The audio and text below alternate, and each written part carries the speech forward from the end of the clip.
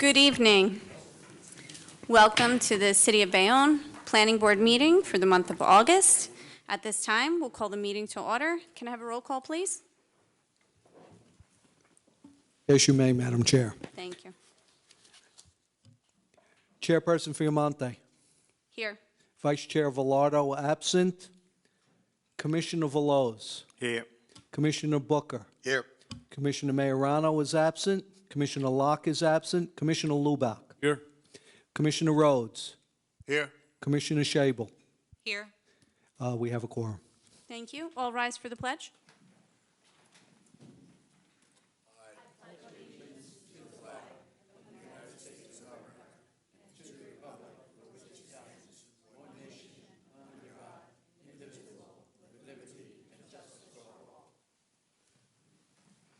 Okay.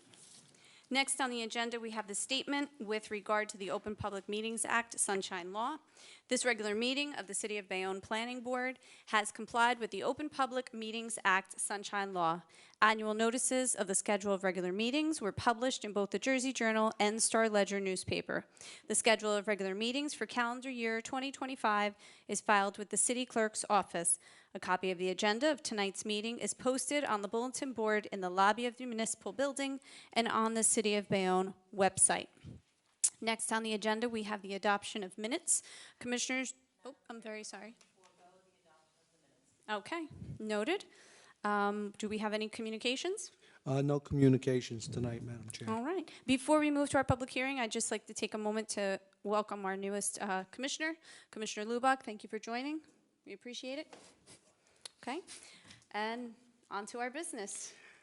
Item number 6, P-24-025, presentation of a non-condemnation area need of redevelopment study for property located at 1191-1199 J.F. Kennedy Boulevard in City Block 32, lots 10, 11, and 12, to develop a map reflecting the boundaries of the proposed non-condemnation redevelopment area and to determine whether said property constitutes a non-condemnation area in need of redevelopment pursuant to the local redevelopment and housing law.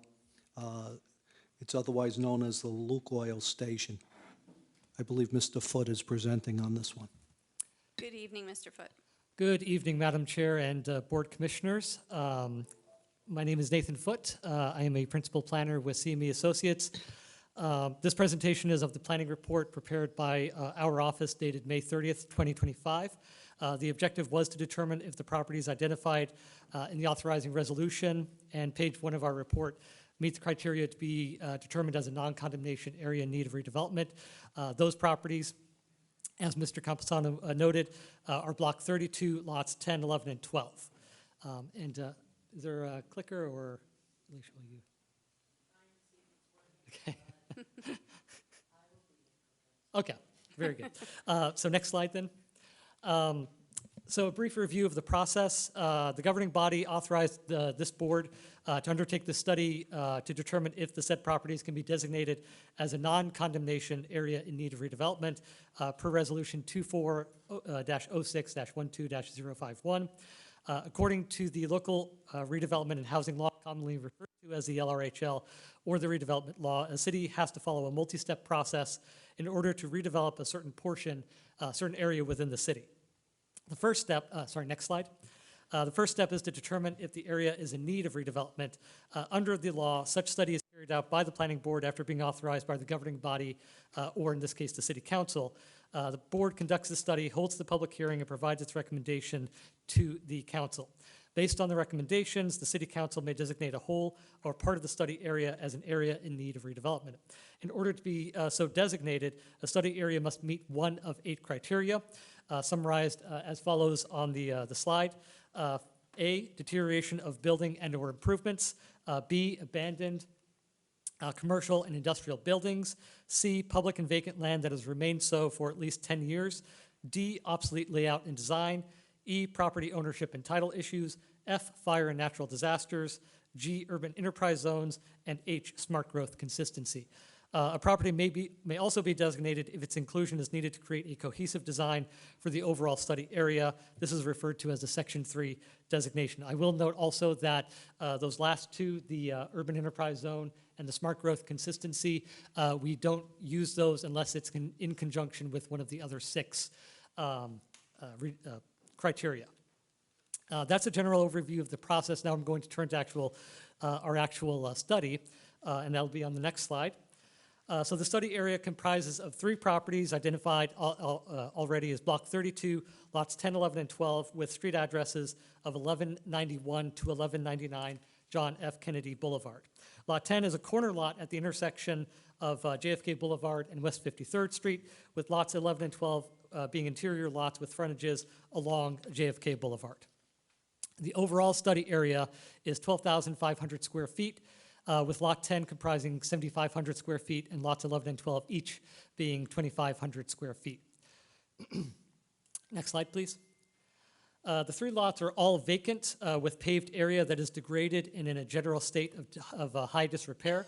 The paved area is overgrown with weeds and grass, again, as you can see on the screen on the slides. Next slide, please. All 3 lots were previously developed with a gas station, as shown in the screen capture from Google Maps. The date of that image is October 2015. The gas station was removed sometime between September 2021 and April 2022 based on aerial imagery of the site. Next slide, please. And these are just 2 more images showing the general state of disrepair and dilapidation of the study area. And the next slide. The neighborhood surrounding the study area is a mix of uses, but is mostly residential of varying types, including the dwellings shown on the screen right now. And then next slide. In our review and analysis, we also reviewed the state environmental data. The NJDEP data indicates there is groundwater contamination across most of all 3 lots. This is related to the previous gas station use of the property. Because of this, the study area is also listed as a known contaminated site by NJDEP and is under an active licensed site remediation professional, or LSRP, program.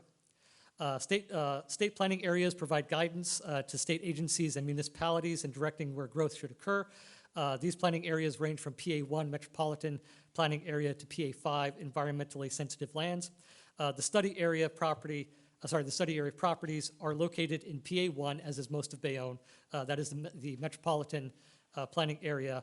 This is a smart growth area where, per the state plan, growth is to be promoted and directed.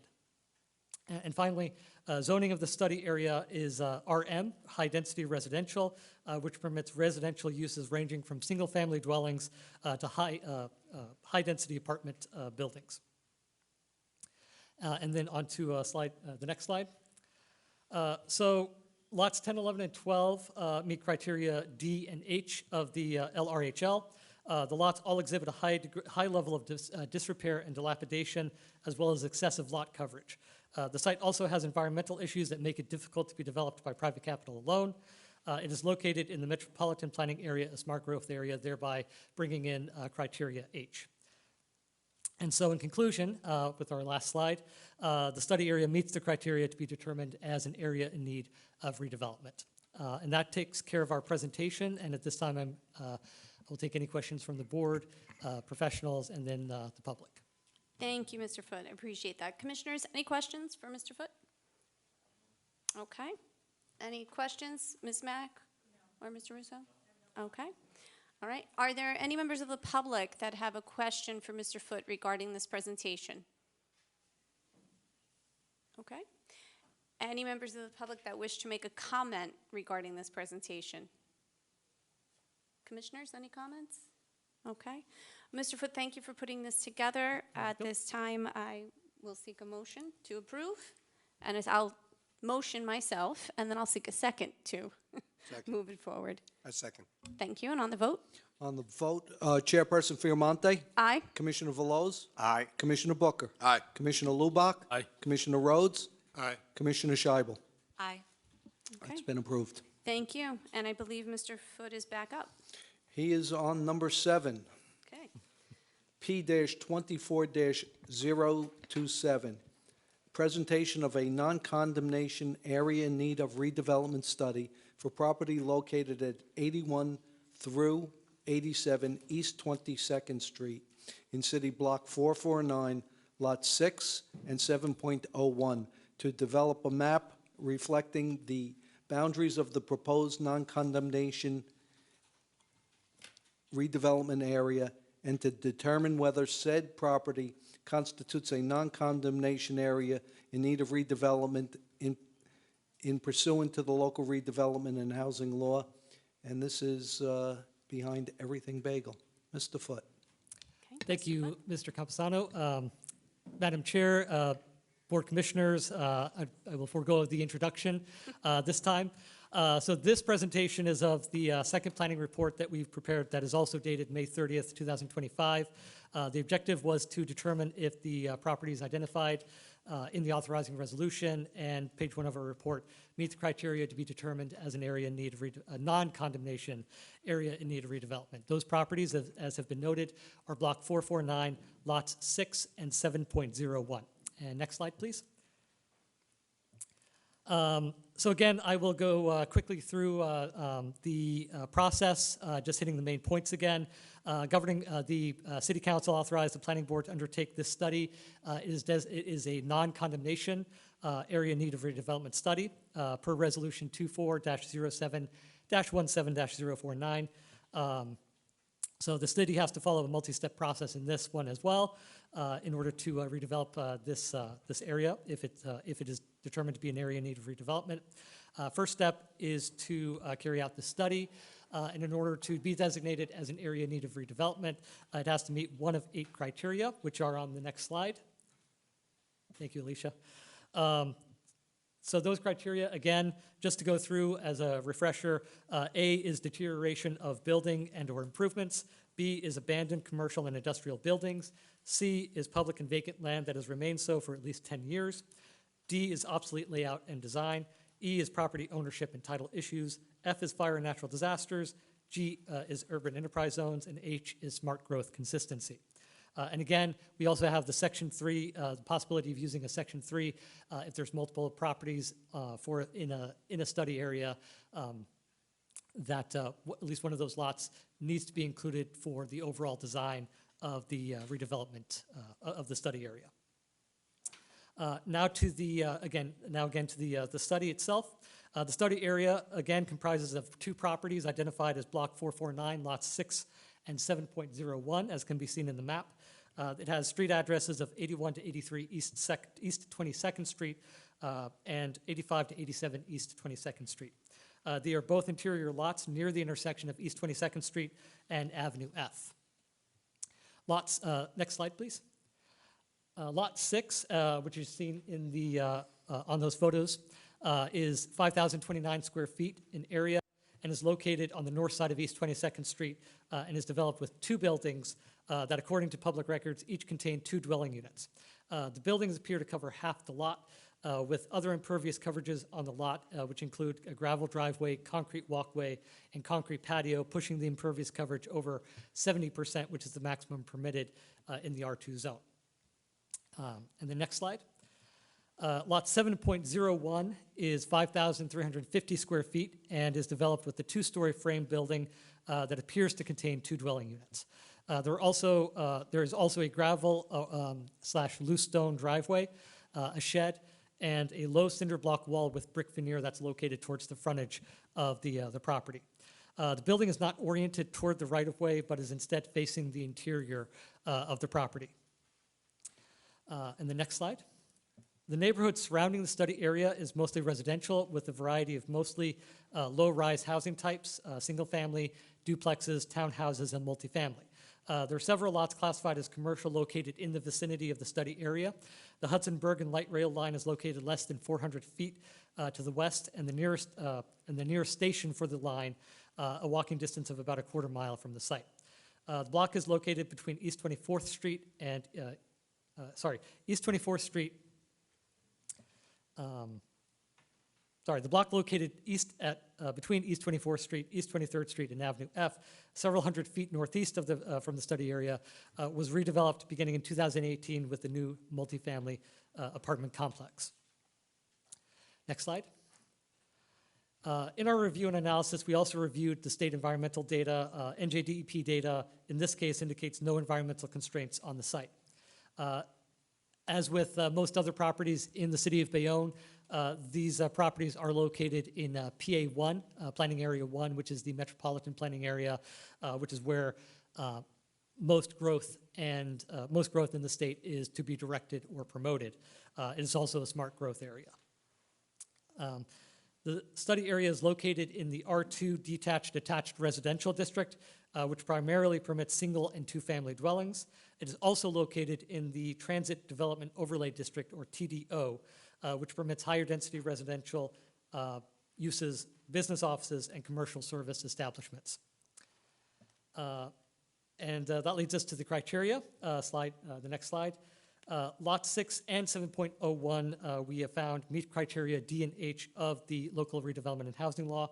The excessive lot coverage by the improvements on Lot 6 create a property that is not consistent with modern land use planning standards. Additionally, the building on Lot 7.01 does not create an aesthetically pleasing visual environment and is out of character with the surrounding neighborhood. So in conclusion, the study area meets the criteria to be determined as an area in need of redevelopment. And with that, I turn it back over to the board for comments, questions from the board and from the public. Thank you, Mr. Foote. Commissioners, any questions? Okay. Anything? Ms. Mack? Okay. Any questions down the end? Mr. Salam? Russo? All right. Are there any members of the public that have any questions regarding Mr. Foote's presentation? Okay. Seeing none, any comments from the audience? Okay. Commissioners, any comments before we move? Okay, I will make a motion to send this to council. Do I have a second? Second. And on the vote, please. Chairperson Fiamonte. Aye. Commissioner Veloz. Aye. Commissioner Booker. Aye. Commissioner Lubach. Aye. Commissioner Rhodes. Aye. Commissioner Scheibel. Aye. Okay, thank you, Mr. Foote. Thank you. All right. And I think we Next have on two the more. agenda, item number 8. 8. P24-019, presentation of a non-condemnation area in need of redevelopment study for property located at 510-514 Avenue A, 508 Avenue A, 134-136 West 22nd Street in City Block 208, lots 1.01, 4, and 35, to develop a map reflecting the boundaries of the proposed non-condemnation redevelopment area and to determine whether said property constitutes a non-condemnation area in need of redevelopment pursuant to the local redevelopment and housing law. Ms. Knight. Hi, good evening. Good evening, Ms. Knight. I'll introduce myself since this is my first time here with you guys. My name is Lindsay Knight. I'm a professional planner in the state of New Jersey, as well as certified through the American Institute of Certified Planners. I work for the Neglia Group. I am the director of planning at my company. And I'm happy to be here tonight and present to you.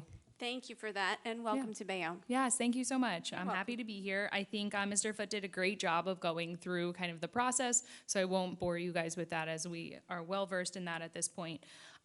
This is a 3-step process. This is step 1 in the process for the planning board. This is your first step in looking at these plans and making a determination if it meets the requirements. The next step will be when we come forward with a redevelopment plan. You will then have another opportunity to review that, and then finally when an application is made. So this is the step of many more in the future for these sites that are being presented this evening. Some of the benefits I want to highlight of determining areas as an area in need of redevelopment without condemnation. You can control the development patterns. You can stimulate revitalization. There's grants that can be applied for. You can revise municipal ordinances and regulations for the study area. And then once again, it's a nice interaction with the planning board and the people in the community and helping with the development of the community as well. So I'm going to jump right into 510 to 514 Avenue A. This is block 208, lots 1.01, 4, and 35. So these are located in the R2 district, which permits detached single-family dwellings, detached two-family dwellings, home occupations, family daycare homes. This property, all 3 of these properties are located within that zone, and they are located within the R2 attached residential zone all around that property. The subject lot is surrounded predominantly by residential uses. To the north across West 22nd Street are a mix of 2-family and multifamily residential dwellings. Across Avenue A to the west are primarily 2-family dwellings and an auto repair shop, which is commonly known as Bayonne Vehicle Company. And to the south and east of the subject property are primarily 2- and 3-family residential dwellings. Just to give you an idea, there are many items within your master plan which highlight redevelopment and the importance of it. Just to highlight some of those, address quality of life issues of resulting from land use conflicts, intensive commercial and industrial uses, increases in residential density from illegal conversions, vacant or underutilized parcels, and limited parking in residential and commercial districts, as well as recognize the potential of selected, vacant, underutilized, or deteriorated properties for infill residential development.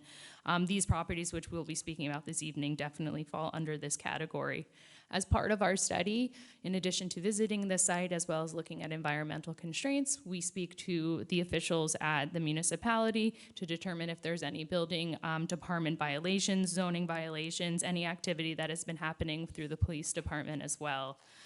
There was no environmental constraints that we found on the property when looking at various FEMA and NJDEP mapping. And finally, I'm going to jump right into the lots for you. So the first is Block 208, Lot 1.01. It's a rectangular shaped lot with approximately 78 feet of street frontage along Avenue A. During the site inspection, we witnessed overgrown grass, debris, and cinder blocks against the chain-linked fence along West 22nd Street. We believe that this meets criteria B, which is the discontinuance of the use of a building or buildings previously used for commercial, retail shopping malls or plazas, office parks, manufacturing, or industrial purposes. The abandonment of such building or buildings, significant vacancies, or such buildings or building for at least 2 consecutive years, or the same being allowed to fall into so great a disrepair that is untenable. So we believe that all 3 of these properties meet this requirement. Using both the city's complaint forms as well as tax information and Google Street View, we were able to determine that these properties have remained vacant for well over 2 years. Just to go back into the history, in October of 2017, it was partially demolished. It was a previous auto repair shop with garages. And by October 2022, the remainder of the structures were completely demolished. Additional fencing was constructed along West 22nd Street and Avenue A, and the subject's lot's tax records show that the improved value was reduced to $0 in 2022. So 2025 to 2022 is 3 years, showing that there was a discontinuance of any type of improvements on that property. The site has 2 consecutive years of discontinuance, and we also believe that this meets criteria D, which is areas with buildings or improvements which by reasons of dilapidation, overcrowding, faulty arrangement or design, lack of ventilation, light, and sanitary facilities, excessive land coverage, deleterious land uses, or obsolete layout, or any combination of these or other factors are detrimental to the safety, health, morals, or welfare in the community. The existing conditions of the property are detrimental to the safety, health, and welfare of the predominantly residential neighborhood along Avenue A and West 22nd Street. The 2 structures that were demolished between 2017 and 2022, according to Google Earth imagery and the city's building department records. However, there are still many remnants on the site from the previous improvements, including paved areas and debris from the demolition. The site is in a state of poor maintenance with pavement in disrepair, overgrown vegetation, and no landscaping to screen the site.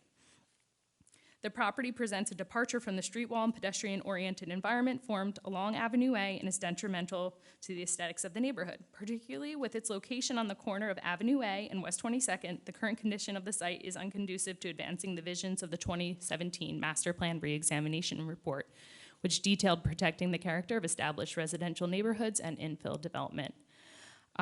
We use this same criteria for the other 2 lots as well because they are kind of all within the same area. So I will conclude, instead of boring you guys and rereading the same thing, I'll save you guys that.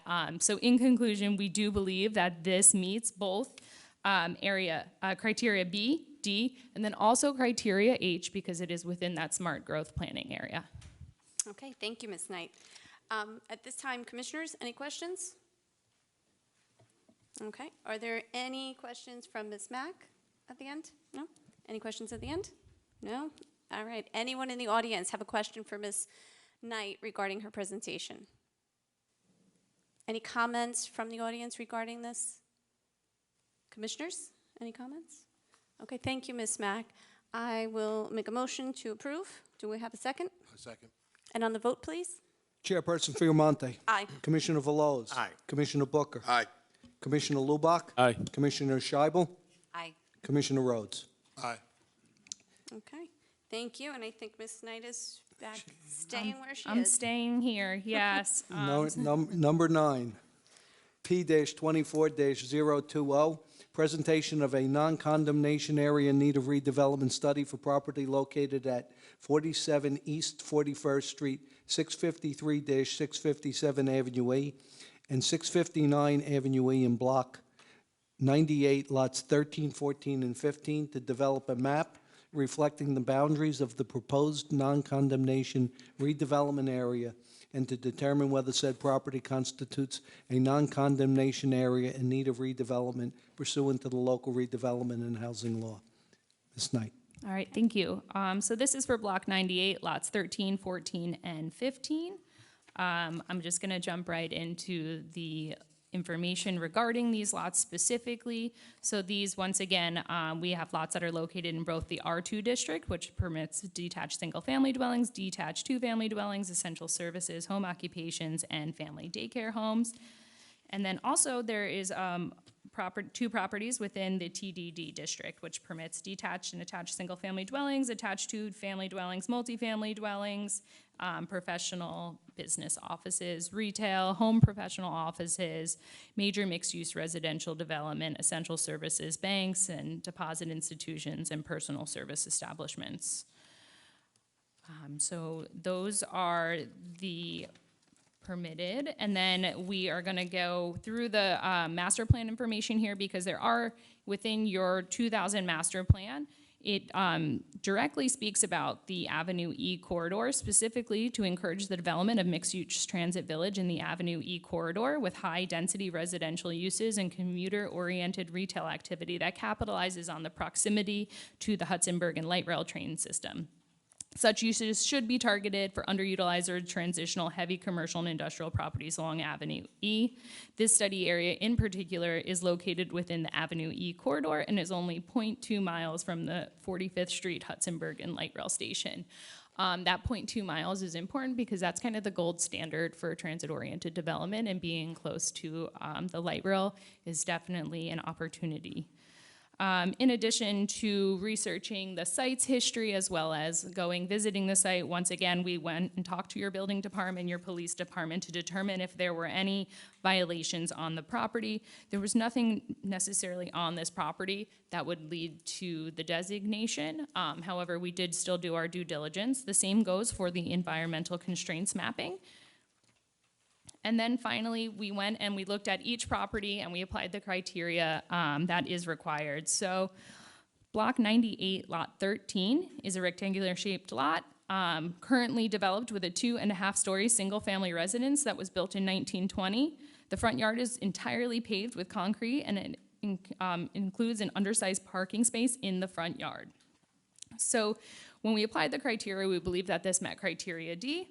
And that is because the existing conditions of the subject property are detrimental to the safety, health, and welfare of the predominantly residential neighborhood along East 41st Street. The subject lot exhibits excessive land coverage as the property is almost entirely covered with impervious surface, whereas the zone only permits a maximum of 70% coverage. Parking and circulation are also problematic as the on-site parking space is undersized, and during our site inspection, the vehicle that was parked was blocking the sidewalk, so making it difficult for pedestrians to walk past on the sidewalk. You would have to walk into the street. The site is in a state of poor maintenance with pavement in disrepair, overgrown vegetation, and debris scattered throughout the site. The current condition of the site is unconducive to advancing the visions of the 2000 master plan and the 2017 reexamination report, which detail encouraging the development of a mixed-use transit village in the Avenue E corridor with higher density residential uses and commuter-oriented retail activity that capitalizes on the proximity to the light rail. In addition, we believe this also meets criteria H because it is located in that smart growth planning area. The next lot, Block 98, Lot 14. This is approximately 100 feet of street frontage along East 41st Street and 75 feet of width frontage along Avenue E. The parcel is currently developed with a 2.5-story, two-family residence built in 1891. Once again, during the inspection, the subject lot was observed to be overgrown and within poor maintenance. We believe this meets criteria A, which is a new one that I'm bringing this evening, which is the generality of the buildings are substandard, unsafe, unsanitary, dilapidated, or obsolescent, or possess any of such characteristics or are so lacking in light, air, and space as to be conducive to unwholesome living or working conditions. So the existing building was constructed in 1891, and as of now, that is 134 years old, and it is considered to be obsolete due to its layout and design. According to building department records, the subject lot received a temporary certificate of occupancy for a two-family in 2020, and the site only has vehicular access through a narrow driveway in the rear of the property from East 41st Street. There's not enough parking for two dwelling units, as the ordinance requires 2 to 3 spaces depending on the number of bedrooms, and vehicles are unable to maneuver within the narrow driveway, representing an obsolete layout. Modern architectural practices provide 2 separate entrances for a two-family dwelling. However, this dwelling was converted from a one-family to a two-family, and it has one singular entrance for both units. Additionally, during a site inspection, the roof was observed to be sagging and in complete disrepair, representing an unsafe structural issue conducive to unwholesome living and working conditions. In addition, we believe this also meets the criteria H for the smart growth. Mr. Foote also briefly touched upon Section 3 and how it can be applied, and we think that this lot, Section 3, needs to be applied because it is the largest of the 3 lots, and without this lot on the corner, the entire project would be very difficult to come to fruition.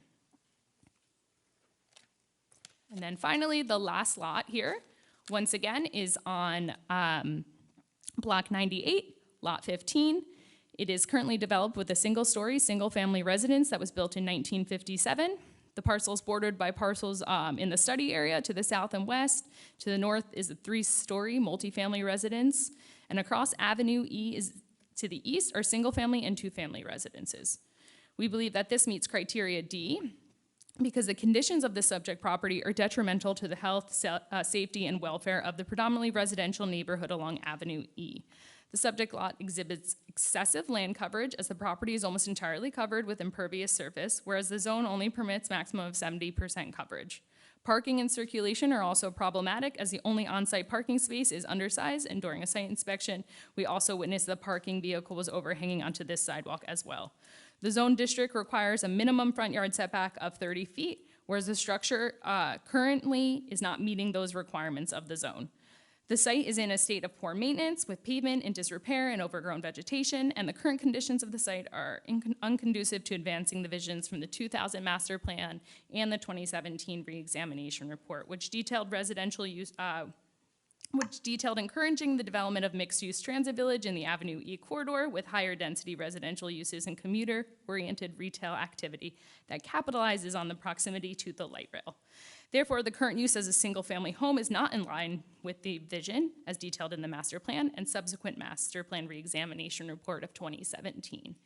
Also, this meets criteria H as it is within the smart growth planning area. That is all we have for this second study area. If you have any questions, comments, I am available. Thank you, Ms. Knight. Commissioners, any questions? Okay. Ms. Mack, any questions? I don't have a question. I just wanted to comment that it's refreshing to have you here because when you go back to the master plan, Lindsay actually worked with Fran Reiner on the reexamination, so she's very familiar with our plans. Thank you for that. Thank you. Yes, and the ferry analysis. That was like my baby.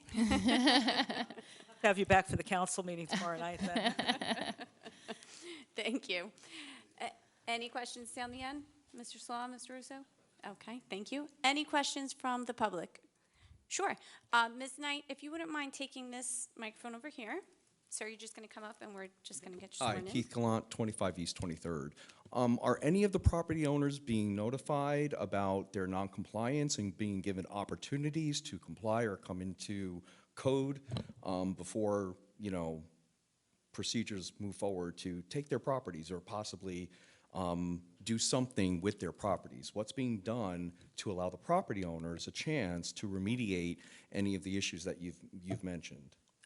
So this is an area need without condemnation, so nobody's property is being taken from them. However, that would be an inquiry that you would have to speak to if the property maintenance officer or zoning officer who would be able to speak about those infractions.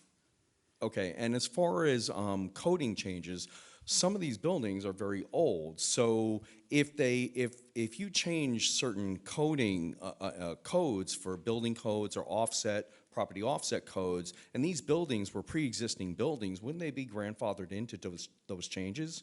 So building code, if you were to do any work, say you had a 100-year-old home and you went to just renovate an area and you open up the wall and all the piping is no longer up to code, you're required to bring it up to code as the code is today.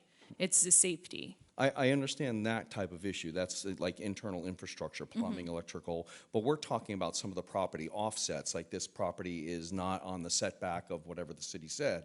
Well, was it because they extended the building to violate that offset, or was that building originally constructed that way and then the offset was changed? So this goes back to it being an obsolete layout because the zoning no longer permits it to be that way, because when it was originally constructed, those setbacks and maybe the area was different, but now in current modern practices, it wouldn't be built that way. So it's now become obsolete in design. Oh, I understand how we get to the classification of obsolete. What I'm saying though is how you get there is not the fault of the property owner. Okay, and what is being done to allow the property owner to say, wait a minute, this house was built, it was legitimately built to code and to standards. The codes and standards have changed, and I certainly can't just relocate the building because the city changed the offsets to the front, maybe where the front of the property is to the street, right? Because I can't move the building. Sure, yeah, so it'd be considered an existing non-conforming condition. Okay, so, but to say that it's kind of like in violation of the offset is like, that's true but false at the same time. Not necessarily. So if you have an existing non-conforming setback, and then you want, and it's a one-story home, and you want to go build a second story on that existing non-conforming setback, you would require variance relief because it's no longer permitted. Okay, So existing non-conforming can exist. okay, That is separate than the designation. So the designation is using the criteria to say that this design is now considered obsolete because we wouldn't design this way, right? But an existing non-conforming condition, these are just two separate practices. So that's just zoning, existing non-conforming condition, where this is planning, saying that this is now an obsolete design. It doesn't mean that from zoning practice, it can still exist as existing non-conforming. okay. But if you were to move forward and try to further exacerbate that condition, you're going to require variance Right, because and it's I obsolete. I think we all understand that Sure. if somebody was to move forward, but to suggest that somebody's property is in some sort of violation because of how it was built 150 years ago, and that I just want to make sure that in this city, we are not penalizing the property owners for old homes that were built during the time when they conformed to the building codes and the building standards. Sir? That's all I'm worried about. I'm the board attorney. Nothing is happening to this property. Okay, yeah. Unless the, Yeah. no. Nothing is happening unless the owner decides that he wants to have something happen. Okay, Nothing is going to change. okay, all right. I just want a clarification on that. Okay, thank you. Gallant, Gallant. Okay, thank you. Are there any other members of the public that have a question? Okay. At this time, if there are any members of the public that wish to make a statement regarding this presentation, now would be the time. Okay. Commissioners, anyone wish to make a comment? Okay. With that said, thank you. Thank you. You're welcome. I will make a motion to approve. Do I have a second? Second. And on the vote, please. Chairperson Fiamonte. Aye. Commissioner Veloz. Aye. Commissioner Booker. Aye. Commissioner Lubach. Aye. Commissioner Rhodes. Aye. Commissioner Scheibel. Aye. Thank you. And I believe we have another item on the agenda, public hearing. We do. Number 10, P-25-016, 15 East 23rd Street, Urban Renewal LLC. The site is 15 East 23rd Street, Block 198, lots 1 and 2. The applicant is seeking preliminary and final major site plan approval to construct a 6-story mixed-use building containing 114 residential units, 119 parking spaces, and approximately 2,701 square feet of retail space. Design waivers are being sought for redevelopment plan section 6.2H, 6.3D, 6.10D2, section 10H, and submission waivers for checklist item 1.2 for the property formerly used as St. Michael's. Mr. Maselli. Thank you, Mr. Camposato. Good evening, Mr. Maselli. Good evening, Madam Chair, board members, board professionals.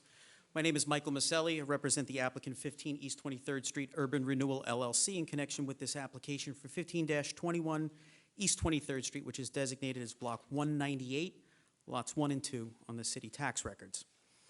The site is the current location of a former religious use that's been vacant. The city designated that property as an area in need of redevelopment, adopted a redevelopment plan, and the plan before you tonight complies with virtually every regulation in that redevelopment plan. There are a couple of design exceptions that we're going to need. We're actually eliminating some that were identified in the planning report and in the engineering report. So it'll come down to very minor things, and I think we have justification for those. So as Mr. Camposato said, we're seeking preliminary and final major site plan approval and design exception approval to construct a 6-story building with 114 residential units, 119 parking spaces, and just a hair under 2,000 square feet of commercial space. And there's a bunch of other site improvements shown on the file plan, which our architect will take you through. As I said, this complies with virtually every requirement of the redevelopment plan. We have 3 witnesses planned this evening. Our first witness is our project architect, second will be our project engineer, and the third will be our project planner. I would like to move our exhibits into evidence. They've been pre-marked as Exhibit A1 through 831. Purposes of transparency on the website. However, your professionals have provided additional exhibit A32, which is classified as a color rendering, 2 sheets, and A33, which will be the architectural presentation. Thank you. We'd like to enter all of those into evidence. Okay, we'll accept that into Thank you, evidence. Madam Chair. I would like to call our first witness, project architect Bruce Stevie. Okay. Good evening, Mr. Stevie. Good evening.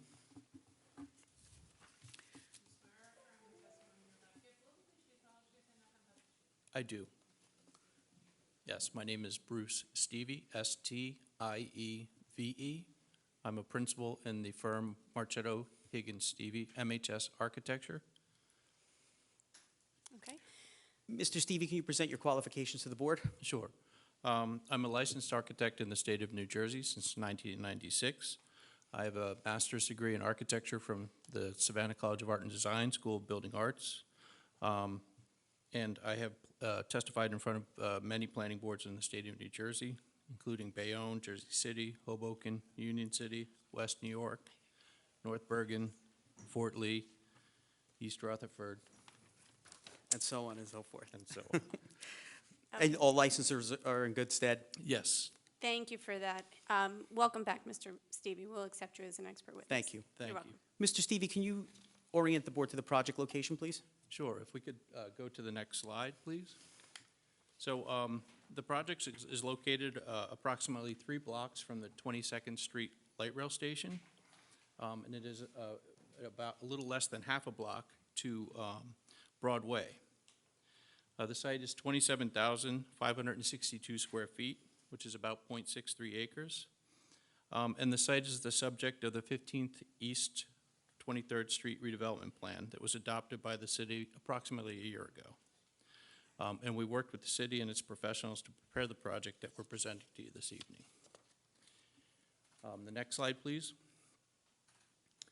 This is a Google Earth image looking at the site. As was mentioned, the current site is occupied by the former St. Michael's Church, the Rectory, and Madonna Hall. The church is one of 5 churches that were consolidated by the Archdiocese of Newark, leaving this site vacant. The site is just steps away from Broadway, Bayonne's main shopping and service corridor, and the concept of providing density within walking distance to these uses is a good planning concept. Next slide, please. This is a Google Earth image looking south along Church Lane. Church Lane is a narrow service road that provides service access to the retail businesses that front on Broadway. There are driveways off the street, parking and loading areas, as well as trash dumpster and delivery areas. Next slide, please. This is looking north on Church Street, and I just wanted to point out, again, you can see the service areas in the back of house for the retail along Broadway. We have parking on both sides of the street and a very narrow sidewalk that connects 23rd to 24th, and there's a public parking facility at the north end of the block. Next slide, please. This is a view of the site actually from Broadway. You can see the existing church building just in the background. We think that this close proximity of the site to Broadway allows for a high visibility corner, as well as easy access for future shoppers. This is a rendered image of the proposed project. This shows that the main entrance of the project is focused towards the corner facing Broadway. It is a strong corner element and an architectural feature, and it provides a visual cue to the entry of the building. The architecture borrows strongly from the design of many buildings fronting along Broadway. So as Mr. Maselli said, this is Block 198, Lot 1 and 2. The lot area is just over a half an acre. We're proposing a mixed-use building with 114 residential units and just under 2,000 square feet of retail. There are 64 secure bike storage area racks inside the building, 119 parking spaces, and the building is going to be a 6-story, 70-foot-tall building. Next slide, please. This is the site plan. The 23rd Street building frontage of the project contains all the active uses for the project, providing eyes on the street and to elevate security and provide a pleasant walking experience. The Church Lane frontage is lined with the building services due to its narrow utilitarian nature. There is a narrow sidewalk that leads to the public parking lot at the north end of the block and to the backs of the buildings on the west side of the street. There are two variances that were described in the planning report, one for maximum lot coverage and one for rooftop amenity setback. I'm going to present exhibits tonight that remove those two variances from consideration. In addition, there are a series of deviations that were identified in the planner's review report. Some were directed at landscape and civil, and he will testify to those. But I will testify to the architectural ones. The build-to line on Church Street is 0 feet. The building complies with that.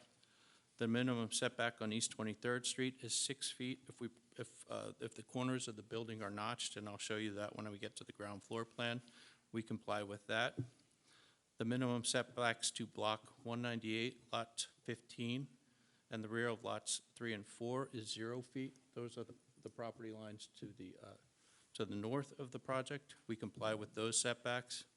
And setbacks to Block 198, lots 8, 9, 10, 11, and 14, which are the properties along the remaining portions of the property, are 5 feet to a garage that is less than 20 feet tall and 10 feet to the habitable floor spaces.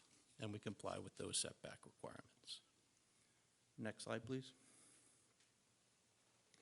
This is a site detail sheet, and I included this in our presentation because it addresses two small issues that were raised by the city engineer.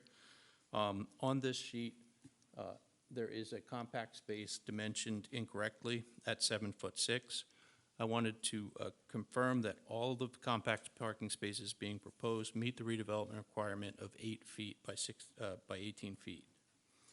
This detail will be corrected and updated in any future sets. The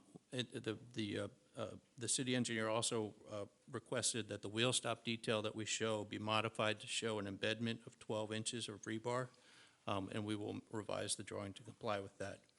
In addition, we're going to take off all of the sidewalk and driveway details from these sheets. Those will be presented by our civil engineer on his sheets. Next drawing, please. So this is the basement level of the building. The building's not in a flood hazard area, so in this case, we have a full basement under a very small portion of the building. This area contains the building utility areas. These line Church Lane, I'm sorry. And then along 23rd Street, we have almost 2,000 square feet of indoor amenity space for tenants, including a flex space, a gym, and a yoga room. And there's a small area for retail storage located in this basement area as well. In addition to that, there's a bike storage room that's conveniently located in the basement level adjacent to the elevators. Residents will have access to that space with a key fob, and they'll be able to secure their bikes to racks inside the space. They will be able to take their bike up the back elevator and out the service corridor to Church Lane. The next slide, please. So, and I have a section that'll explain this a little bit more carefully, but just between the basement level and the ground floor level, the lobby entry level, there's a mid-level, an interstitial level of parking. This starts at about 6 feet below grade. This parking level is accessed from East 23rd Street. All the parking garage areas and entryways to the project will be covered by a closed-circuit security camera system, and the cameras will be focused on each ingress and egress point throughout the building. The total required parking for this project is 118 parking spaces. The parking requirement is 1 space per studio and 1 bedroom, and 1.25 spaces for 2 beds. We have a requirement by the state of New Jersey to provide 15% of those spaces as electric vehicle charging spaces. This totals out to 18 spaces, and if we provide these spaces, we are permitted to get a 10% reduction. So we're allowed to reduce the parking count by 11 spaces, so our total required parking for this project would be 107 parking spaces. We're currently providing 119 parking spaces, that's 12 spaces over, so that we have adequate parking for this project. In this parking garage, 63 of those parking spaces will be self-park spaces, and 56 will be a semi-automated parking system. We have 4 handicap parking spaces in the building. 2% of the parking spaces, the required parking spaces are required to be ADA or handicap accessible. That's 3 parking spaces. In addition, we have to have 1 additional parking space that has an EV charging station in it. That doesn't count towards our handicap parking requirement. As I mentioned, on this level, we have 26 regular parking spaces. Those are the light gray parking spaces. We also have a semi-automated triple stacker parking system that's located in this edge of the garage. This is a parking system. It is a stacker system and a tandem system. That's what it's called. This doesn't meet the traditional definition of what a tandem parking space is. In the redevelopment plan, a tandem space has to be assigned to a single unit. However, in this automated system, you don't have to rely on someone else to move their car for you to get out. The system allows anybody access to their car at any time. So I don't believe that we needed a deviation or a waiver from that terminology in the redevelopment plan. 8 EV charging spaces on this level are provided near the entrance. We are proposing a high-pressure fire suppression system that the fire department in Bayonne asks for or requires in these types of parking garages to help with the any electric vehicle fires. We'll also be providing fire suppression blankets at each of the EV charging stations. And then we have, also noted, our civil engineer will talk about it a little bit more, but there's a stormwater retention tank that's located below the ramp that goes down into this basement level. Next slide, please. These are additional exhibits that we're providing that describe how the automated parking system works. This is by a company called Park Story. They have a rack system and a hydraulic system that moves the cars around within the rack system. 2 spaces remain vacant at all times on the lower levels. That allows this system to move. It's like a squirrel wheel. Next slide, please. And this just kind of indicates how this system works. Larger SUV vehicles park on the lower levels, and mid-size vehicles park on the mid-size and compact vehicles park on the upper levels. Next slide, please. This is the ground floor plan and lobby plan, and really the only portion of the project that's at that ground floor level is the lobby and the retail that fronts on 23rd Street.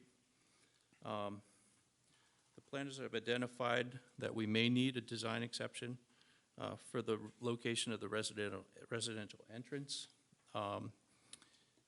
Technically, the redevelopment plan says that the residential entrance shall have its main entrance on 23rd Street. We believe that we are providing that. We provide the entrance to the project, the residential entrance to the project at the corner. The corner opens directly onto 23rd Street. We like the idea of providing the residential entry at the corner of the site for, as I explained earlier, it's a highly visible corner from Broadway. We like the idea that there would be 24/7 activity at that corner. And we think if it were to be retail at that corner, there's hours of where the retail operation is closed, or in the event that the retail is hard to lease, we don't want to see an empty storefront at that corner. We really want that to be a vibrant corner. So we think it's really the appropriate location for the residential entrance. The retail area that we're proposing is 1,977 square feet. It's identified in the red tone on the plan. The redevelopment plan allows that this retail could be a coffee shop or cafe or a small personal sales or service establishment. And this type of retail isn't intended to compete with the retail that already exists on Broadway, but rather support the neighborhood use. It's our opinion that the location of the retail and its entrance onto 23rd Street is appropriate. Within the lobby, residents will have access to a mailroom and package room. Trash collection happens on this floor as well. There'll be a chute that runs throughout the building. Trash comes down into a compactor and is compacted into bins. Those bins are held within the building in a room that's air conditioned and separate from all of the other uses in the building. There's an on-street loading space that's proposed on Church Lane. Trash will come out through there onto that loading space and be collected by a private hauler on scheduled times, and building management will coordinate the delivery of the trash out to the loading area at those times. Move-ins and move-outs happen in a similar fashion. This loading area is where the trucks will pull in or the move-in vans will pull in. They'll unload and come in through the service corridor on Church Lane to the back of the elevators and circulate up through the building. There was a note in the city engineer's report about arrows shown on the plans. There were arrows indicating the entry points to the garage. They're not directional arrows. They were just really there to identify the entry points. They will be both ingress and egress at all of the garage entrances. Another quick thing to point out in this, we need to provide a pedestrian door, a man door here in this location so that building maintenance can come out and service this rear access way. That will be landscaped with a river rock gravel and surrounded by a fence. This is a rendering of the building entrance. This shows that kind of high-profile entry point at the corner of of Church Lane and 23rd Street. Again, we think that this wider corner location is a great place for residents to gather before going to dinner on Broadway or waiting for their Uber. So we also believe that the lobby will always be well-lit and provide an elevated sense of security on that corner. Next slide, please. This is the second level parking plan. This level starts at about 5 feet above grade. The ramp entrance to this is off of Church Lane into the garage. The entire garage for this project will have an active ventilation system. There's 19 parking spaces on this floor. 10 of those will be EV-ready charging spaces. Of the 18 parking spaces that we're proposing, 1/3 of those spaces, as required by the state, will be available at CO. The other third will be available within the next 3 years, and 1/3 with the last third by the 6th year of completion. These are anticipated timelines, but you know, if the demand is higher, we'll provide those parking spaces sooner. Based also on the city engineer's letter, we will add a stop bar and pavement markings at the garage entrances. Next slide. So this slide just is a building section. Again, the building's a 6-story building at 70 feet tall. I just wanted to show this because this kind of shows the different levels that we were just talking about in the basement. We've got the residential lobby that's at grade. We've got the basement level. Then we've got that mid-level between the basement and the lobby that's parking. And then above that, just above, a mid-level above that, is the second floor of parking. Next floor plan, please. This is the site plan, the second floor plan that was submitted with the set. We've since created a new exhibit, which is the next slide. If you could go there, please. As part of the review letters, it was determined that the redevelopment plan permits 95% of the lot to be covered. And as it turns out, we have 97% of the lot covered. There is a provision in the plan that says by providing a 1-to-1 offset with a green roof on the building, that we can offset that additional 2%. So in this case, we've added a 700 square foot area of green roof on the garage roof level. This does two things. It provides a living planted buffer on the roof that makes the adjustment for the lot coverage. It also provides a barrier so residents of the upstairs roof terrace don't come to the edge of the building. In addition, the other variance that was noted and we've addressed is that we are providing a 4-foot buffer on the remaining portions of the roof terrace that is a planted buffer. So there'll be a 2-foot elevated planter that's 4 feet deep, and it will have 2 feet of evergreen planting planted in it at the time of occupation. And so that would eliminate the requirement for the next variance that was identified. So, so this revised exhibit eliminates the 2 variances that were identified in the planner's report. 15% of the project area, of the total area of the project is proposed to be open accessible space. In this project, we're providing 30%, which is twice the minimum area required as outdoor open space for occupation by residents. Excuse me. Next slide, please. This is a typical floor plan within the residential building. Again, as was mentioned, we have 114 units total. 15 units, or 13%, are studios. The minimum studio size permitted is 450 square feet. The smallest studio that we have is 452 square feet. 45% of the units, or 40%, are 1-bedrooms. The minimum 1-bedroom size permitted is 525 square feet. We're providing the smallest one at 550 square feet. We have 40 one-bedroom dens, that's 35% of the units. 14%, 14 of two-bedroom units, that's 13% of the units. The minimum size of two-bedroom permitted is 800 square feet, and the minimum size we're providing is 1,050 square feet.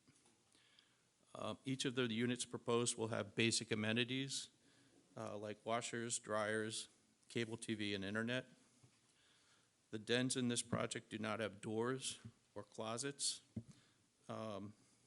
These are anticipated to be used more as home office areas for the units. All residential units will also have roll-down window shades. This blind system will provide a uniformed appearance from the exterior of the building. Next slide, please. This is the roof plan for the project. So the building complies with all the height regulations of the plan. Outdoor amenities for the residents will be located on the roof. There's about just 1,768 square feet of outdoor roof terrace and amenity space with 360-degree views of the city and the surrounding neighborhood.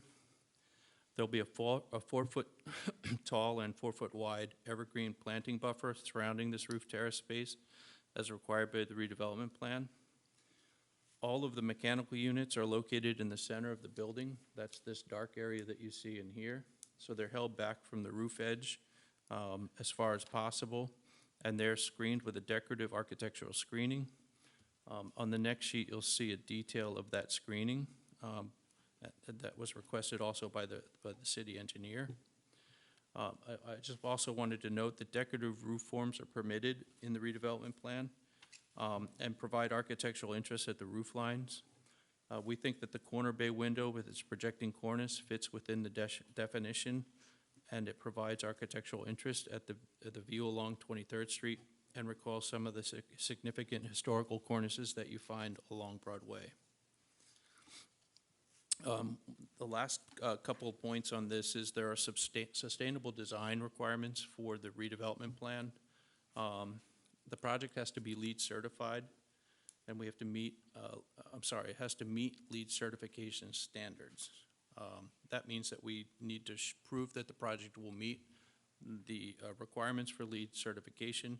However, we do not have to achieve LEED certification. I'll share a checklist in a few minutes that shows that. There are also a series of sustainable design features, of which we meet some of those and don't meet some of those. One of the requirements is that we provide 25% of the aggregate, we think it's a requirement, it's not clear in the redevelopment plan, but there's a minimum of 25% of the aggregate of all the roof areas within the redevelopment plan should be denoted as green. We're providing the 700 square feet at the garage roof area. That constitutes 3% of the roof area. We have concerns about leaks on a wood frame building that can be caused by storing water on the roof. We're proposing to provide the green roof system on the concrete podium of the building rather than the wood frame portion of the building. We are proposing to use a cool roof system. This is a high albedo white roofing system. It's a roof system that reflects heat and reduces the heat island effect, as opposed to a dark colored roof that would absorb the heat. So that's one sustainable design feature we're using. And we're also proposing rooftop open spaces that are used in conjunction with the cool roof to meet the requirements of the redevelopment plan. The slide that's up now is a detail of the type of decorative screening that we'll be proposing on the mechanical screening at the roof of the building. This will not only screen the mechanical equipment from site, but it will also provide sound buffering as required by the redevelopment plan. We anticipate the color of this screening will match the metal panels being proposed on the project. Next slide, please. So the building facades were carefully crafted to meet the building and streetscape design standards of the redevelopment plan. It requested that architectural details be carried over from the church buildings.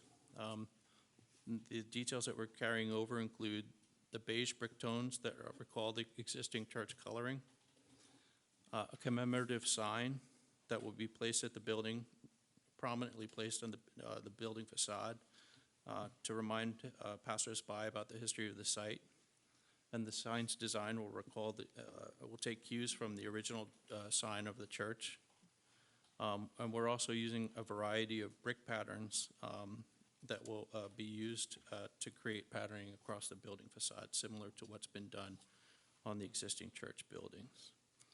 We think that the proposed building responds to many of the design cues of the existing church, but it is clear that this building is a modern building that incorporates traditional design elements from the building it replaces, as well as some of those buildings found along Broadway. The building facade is designed to be broken up and feel like two buildings. We have a vertical separation that provides a building that fronts on Church Lane and 23rd Street, and then the architecture changes as it goes down Church Lane, providing visual interest and street front variations. Next slide, please. This is the Church Lane, the west facade and the south facade. The building design is considered of its prominent location near Broadway. All the signs are designed to be attractive from each vantage point and are consistent in their quality and finish at all elevations. We have proposed two different materials on some of the building facades. So on the east and west facade, we're proposing to use a brick and metal panel, while on the other facades, we're proposing to use cementitious siding and stucco. It's our opinion that this is a little bit, on the other facades, the cementitious siding and stucco is a little quieter solution, and that the light colors will help brighten the rear yards and surrounding properties. This is one of the design waivers that we're seeking from the board this evening, and we can talk a little bit more about that as we go forward. And this is a Google Earth image that shows some other projects in the vicinity that show kind of how the brick facades wrap the street frontages, and then how the rear facades lighten up in the back with lighter materials that are a little bit more residential in character. This is the north and east elevations. These are the ones that we're proposing to use the different materials on to give them a little bit more residential, a little bit more of a residential palette, to be sensitive to the adjacent properties. We are proposing to use hardy board panels with the traditional, more traditional residential detailing.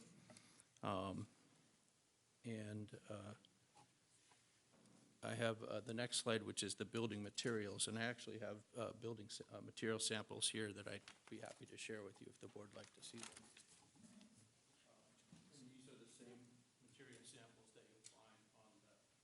Pass them around. Thank you. on the slide on the screen.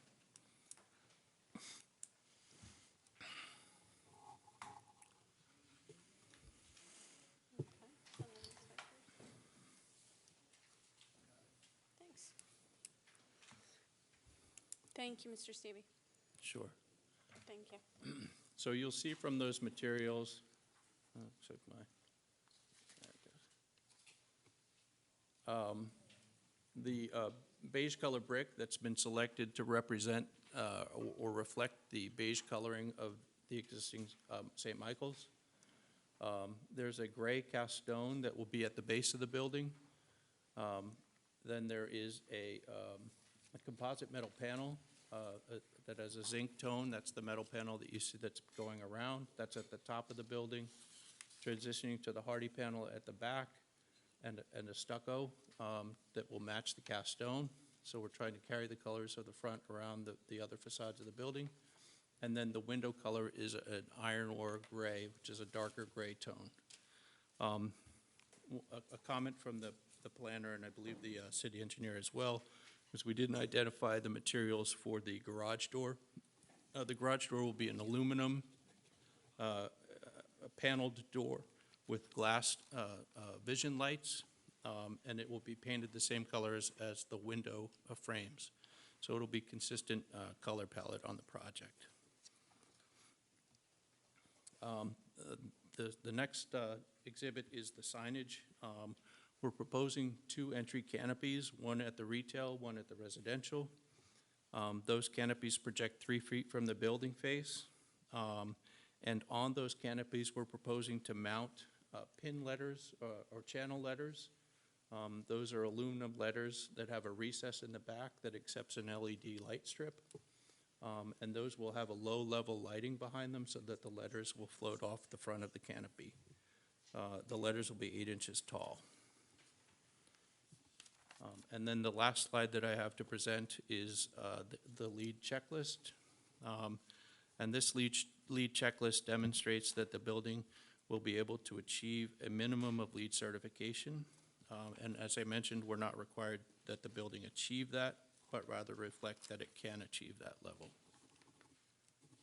The next slide is just a quick review. The project meets all of the plan goals and objectives of the redevelopment plan. And so I think that that's an important thing to note, and I believe our planner will go through those goals and objectives.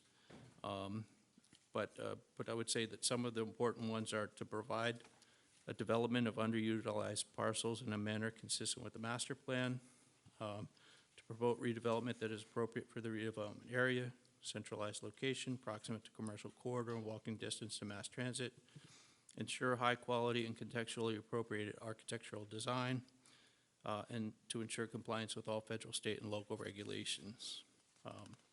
It also says that it should promote and enhance pedestrian and bicycle travel, which I think this project does. Next slide. So we're excited to share this project with you. This development represents a thoughtful transformation of the St. Michael's Church site that is no longer in use. And in its place, we're proposing a new residential building that will add much-needed housing, bring energy to the street and ground floor retail. And the site is just steps away from the 22nd Light Rail Station and Broadway, making it a perfect fit for this transit-connected lifestyle. Thank you, Mr. Stevie. Just a couple of questions, circle back on. All of the units will have exterior windows, right? That's correct. And there's a package delivery room in the building? Yes. The dens, I know you mentioned that they're not suitable, that you've designed them to not be suitable for to create another bedroom. We're not subletting those spaces, right? There was a comment No. in the planner's report about that. We're not going to ever lease those out, right? No. Let's go to open space.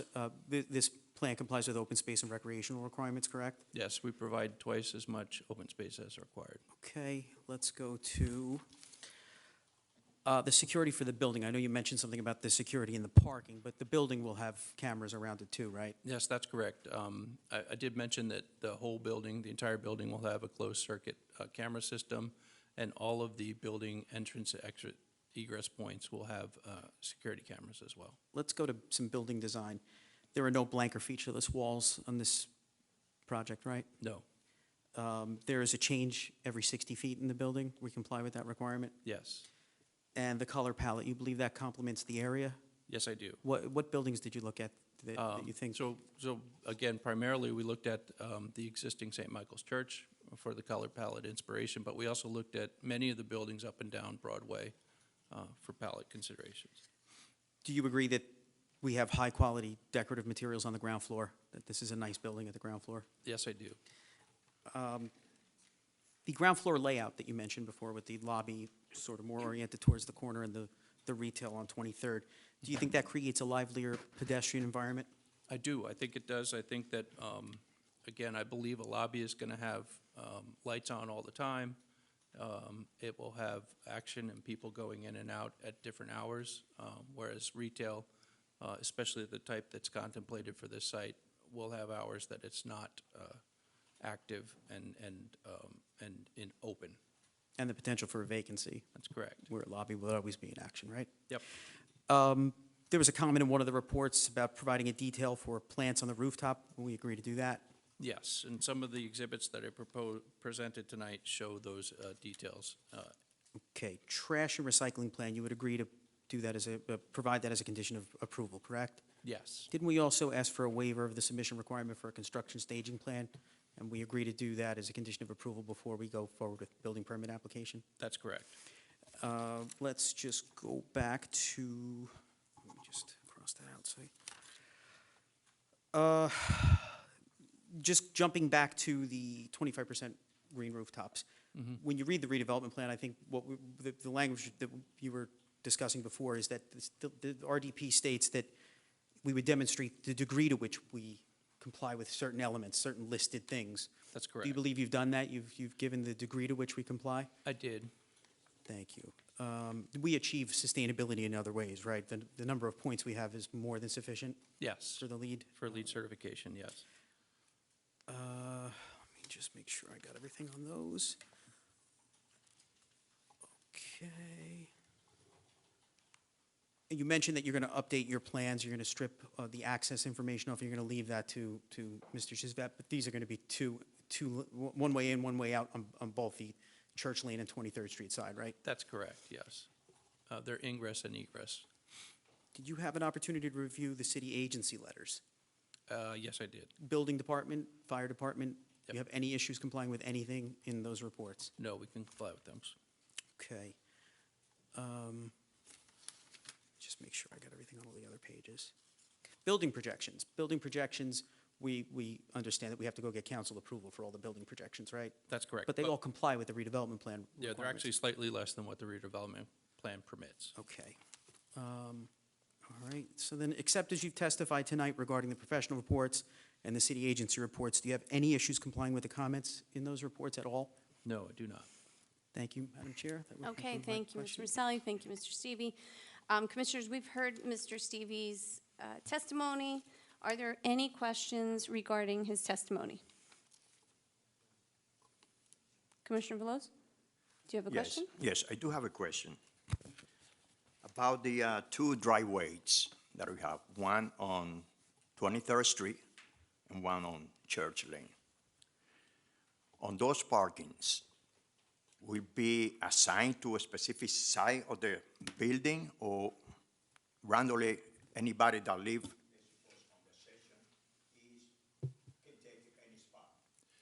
So, if I could answer, there currently are 3 driveways on the site, so we're removing one of those driveways. So we'll be giving more on-street parking to Church Lane.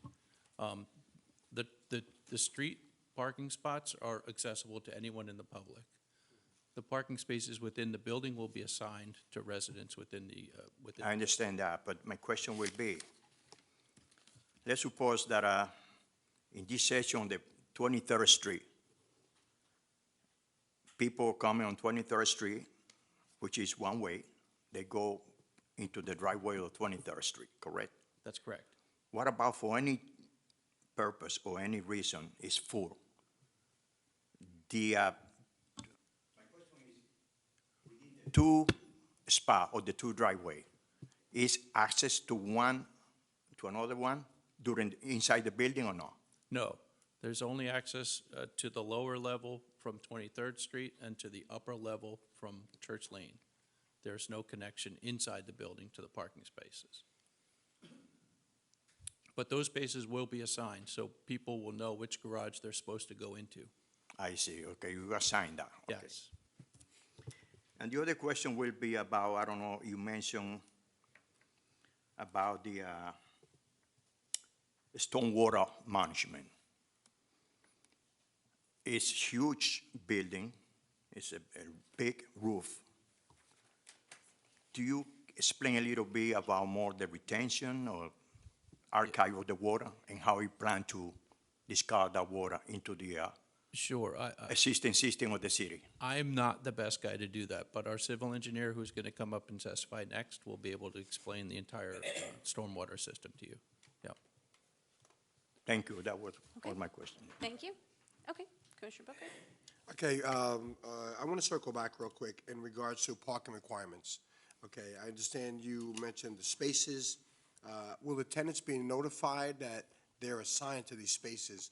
We're getting an influx, parking obviously is an issue in Bayonne.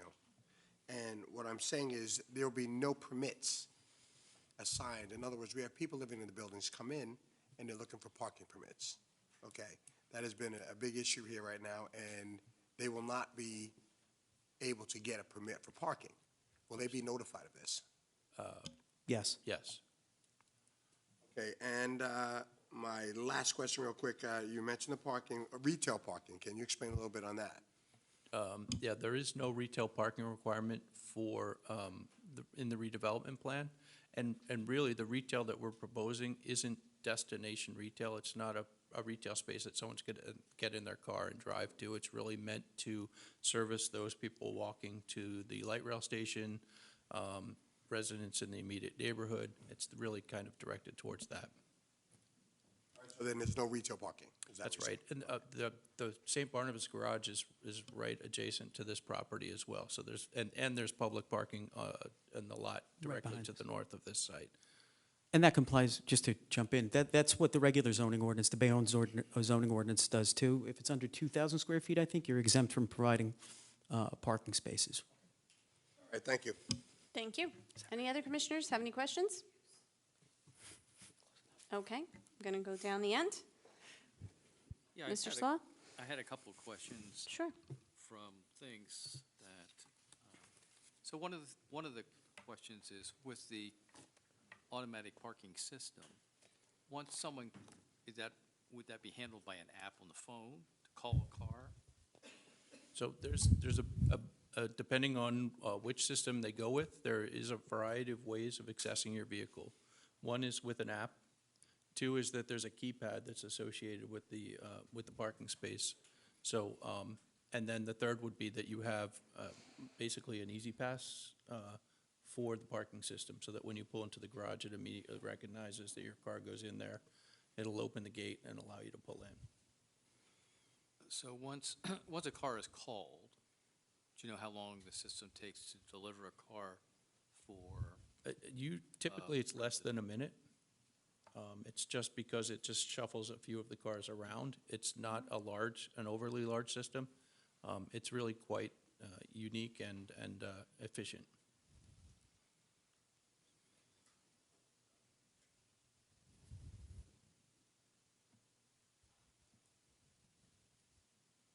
In the sign package, which is very modest, I think, for the site, there's a symbol, a backlit symbol, but I didn't see where that goes.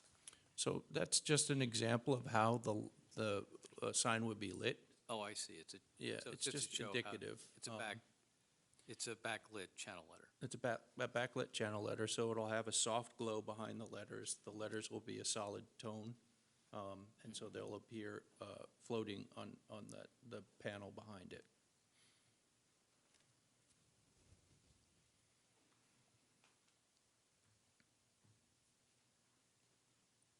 When you describe the setback for the amenity space, you'd indicated you'd have a 4-foot wide, planter. Is the parapet wall a foot wide? Yes, so this 4-foot is behind the parapet. So you've got the thickness of the parapet, then you've got a 4-foot deep planter. And I say 4 feet, it's really a 4-foot wide planter that's 2 feet deep, and then there'll be 2 feet of planting material above that. So the total height of the planter would be 4 feet. It was really the width I was thinking about. Okay. So it's It's a 5-foot I'm setback. trying to get to 5 It's 5 feet. I'm trying to get to 5 feet. Right. That's what I'm trying to get to. So that then would mean it complies with the redevelopment plan. And then maybe I have a couple of comments related to the design of where the residential entrance was to be. So there's a limit in the plan of 2,000 square feet of retail space or personal service space. So you could have, for example, like a hair salon if you needed. The idea behind that was to recognize that there's probably a limited retail component that could occur here, because after all, Broadway is very close by. It's really only to provide convenience for people in the building, as well as maybe people in the neighborhood. That's not a lot of space. So, and we didn't want to have a large number and then the developer would be staring at unproductive space they couldn't rent. So that's why it's a modest number.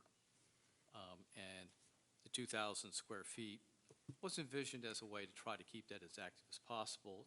The other reason the plan calls for outdoor seating, also to kind of have a place for passersby.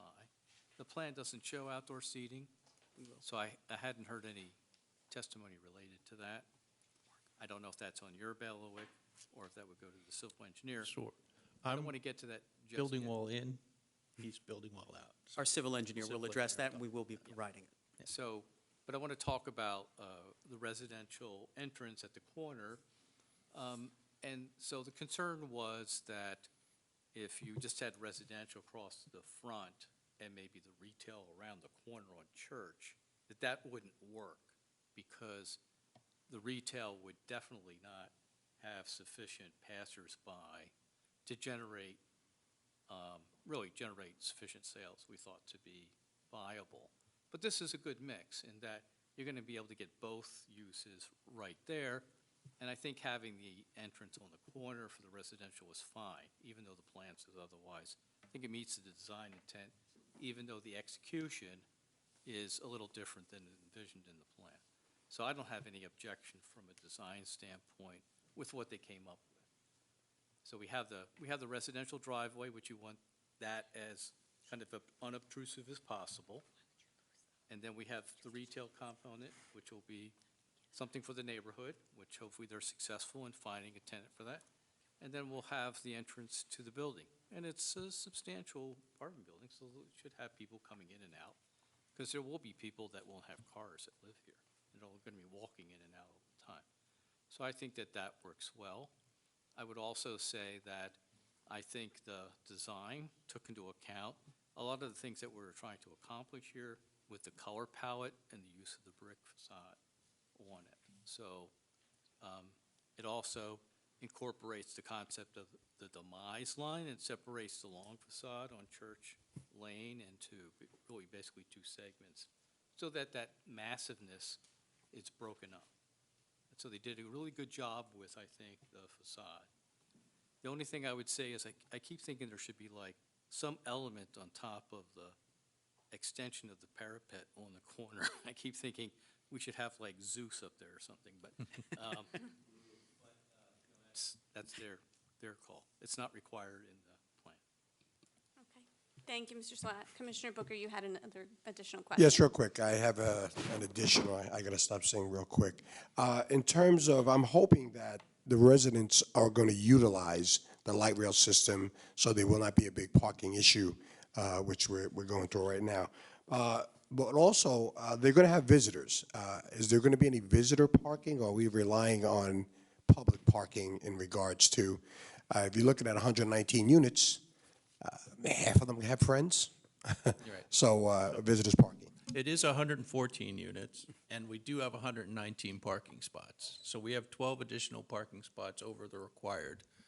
But I also would say, again, the Robert Wood parking garage is right across the block on Broadway. So just behind Broadway, there's a large parking structure. We know that there's ample parking there. And then there's two municipal lots on the north end of this property that are also public parking. So there's an opportunity to park in those spaces as well if you're having a very big gathering. All right, thank you. Thank you. Mr. Russo, any questions? No questions at this time. Bruce really addressed my comments during his testimony. Okay, thank you. Ms. Mack, do you have any questions? Okay. Okay, thank you. Okay, so at this time, just for the benefit of the members in the audience, the community members in the audience, we are going to move to an opportunity for questions regarding Mr. Stevie's testimony. As Mr. Maselli mentioned, there will be two more experts that will come up to testify. Mr. Stevie was the architect. Mr. Maselli will bring up an engineer and also a planner. So at this time, when Mr. Stevie takes Mr. Maselli's microphone, any members of the public that wish to ask a question would be asking any questions to Mr. Stevie regarding Mr. Stevie's testimony. At the end of once all three witnesses have come up, there will be an opportunity for a statement regarding the application as a whole. So each time an expert witness comes up, you can ask the witness questions, and then after all three witnesses have concluded, then there'll be that opportunity for any sort of comments, pro or con, regarding the application. Just wanted to kind of lay out the process, since I do see a number of members in the audience tonight. So, Mr. Stevie, if you wouldn't mind taking the other microphone, and we will open it up to any members of the public that wish to ask Mr. Stevie a question. Does anyone wish to come up and ask Mr. Stevie a question? Come on up, sir. We'll just have to get your information. Hello, my name is Niso Demko, 42 West 27th Street. Sure, Misodemko.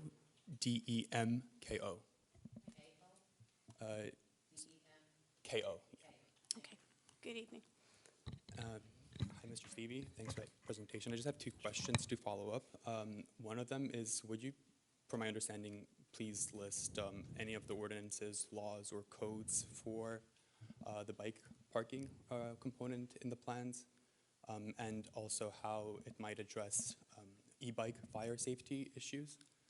And the second component of my question is, if you would, a bit touching on what Mr. Slaw said, but Just make sure, I don't mean to interrupt you, sure, but just into make the sure we mic. can hear you on the Sure. microphone so that our So a stenographer bit gets it. touching on the previous question that Mr. Slaw asked about the different parking mechanisms for the car, if you would be able to just compare the process, let's say I live on the second floor, what it's like to take a bike out to the street, and compare that with an option of taking a car out, just so we have a comparison of the two modes.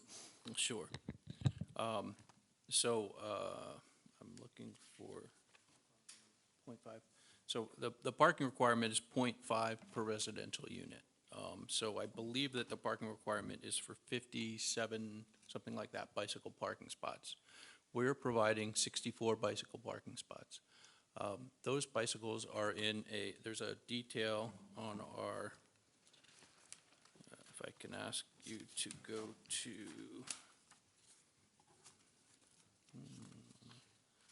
if you can go to slide 11. Yes, please, of the architectural presentation.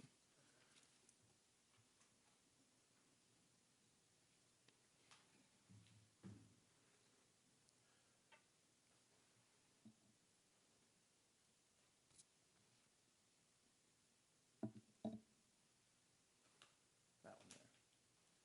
So on this drawing, there is a detail of the bicycle parking rack system. So there's an over-under rack that has a channel that your bike rolls into. It makes it easy to lift the bike up, and you can store the bikes alternately on the rack system. There's also provides you the ability to lock your bike to the rack system, so it's secure. The room itself is a concrete enclosed room. The parking garage is going to have a high-pressure fire suppression system in it, so I imagine we could also do that in the bike room. I don't anticipate that, I don't know how, it's an interesting point, how we charge bikes in a bike room, and whether we allow charging bikes in a bike room. So I can't really answer that question, but I do know that it would be covered by the same fire suppression systems as the rest of the garage. In addition, you asked how the bike would get out of the parking space, so if you could zoom out. So how like the process of both like getting to the bike from an apartment, so let's say second floor, and also comparing that with a car, just in a bit more detail, that first person perspective. So if you were coming to get your bike from the second floor of the project, you would come to the elevator, you'd push the button, you'd go down the elevator to the basement level. You would come out of the elevator, and I'm losing my. You would come out of the elevator here and go into the bike room. You could access your bike, unload it, come back, go into the elevator, go up, and then you would go out the corridor to the to Church Lane, right out directly outside. Right from that level. Yep, from that level. If you were a resident that was coming to get your parking and you were parked in the basement level, again, you would come to the elevators, you go down the elevators, you go into the garage, get your car, and then you would drive out through one of the access points to the street. So I would call them similar. And in terms of the different options for using the car, what's the reason that there is a variety instead of just having the Easy Pass be the default for all the cars? So, 56 of the parking spaces are in this system. So there's this special system where you would park your car, and it is a system that parks cars vertically as well as horizontally. The remaining parking spaces are standard parking spaces. You wouldn't need an Easy Pass to get into those. So if you moved into the building and you were assigned a regular parking spot, you would just park in that spot. If you were assigned a parking spot in the system, you would get the Easy Pass or the fob that would read that you were coming and allow you to park in that space. Great, thank you. And just on the first question, you mentioned the requirements, but what's the source of those requirements?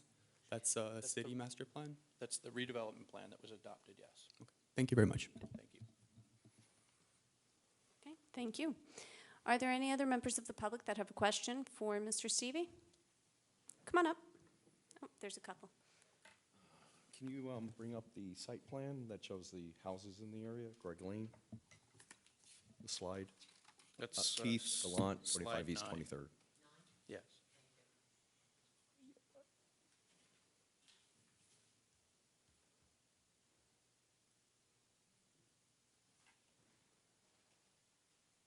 Oh, lucky me, I'm ground zero. I'm 25 East 23rd. So I have a few questions. When is the groundbreaking for construction scheduled? I don't know. Approximate? About a year. About a year, okay. And what's the pilot on this? What year, how many years is the pilot? I don't know. Council? We don't, this isn't the municipal council, this is the planning board. Mr. Gallant, over Okay. here. So none of you are aware of what the pilot is? We don't get involved in that. That's not part of what we do. Okay. Is there a pool on site of any sort? Rooftop? No. Okay. How do you plan on enforcing subletting? I mean, people, one bedroom with a den, and how does that get enforced? What's the enforcement mechanism for that? I don't know the exact enforcement method. That would be done by building management, but I would imagine that there's something in the lease that tenants would sign. Okay. I had a question about the e-bike charging. I mean, we are a city that's full of e-bikes now, so a lot of the bicycles are very likely to be e-bikes, and if they're in that storage room, the e-bike batteries are questionable. So I think they would present a fire hazard in that room. A lot of batteries on e-bikes that are coming in from overseas don't have automatic turn-off charging for the batteries, and those batteries can be more, I won't say are, but can be more susceptible to overcharging and meltdown and fire hazards. So I think that probably needs to be taken into consideration when it comes to that bike storage room. What is the offset on 23rd from the curb to the actual front of the building? The building is set back 6 feet from the property line.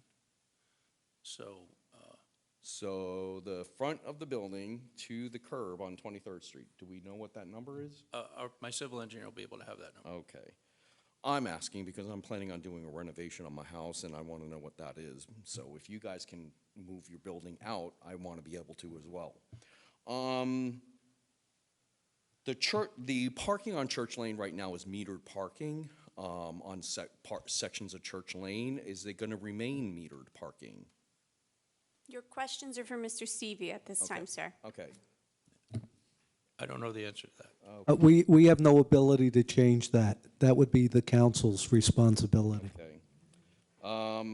The question about guest parking, which I think is a big deal, and yes, there are 2 public parking places there. So, is part of the let me rephrase this. Part of the perceived problem, whether it's real or not, at least it's perceived here in Bayonne, is parking.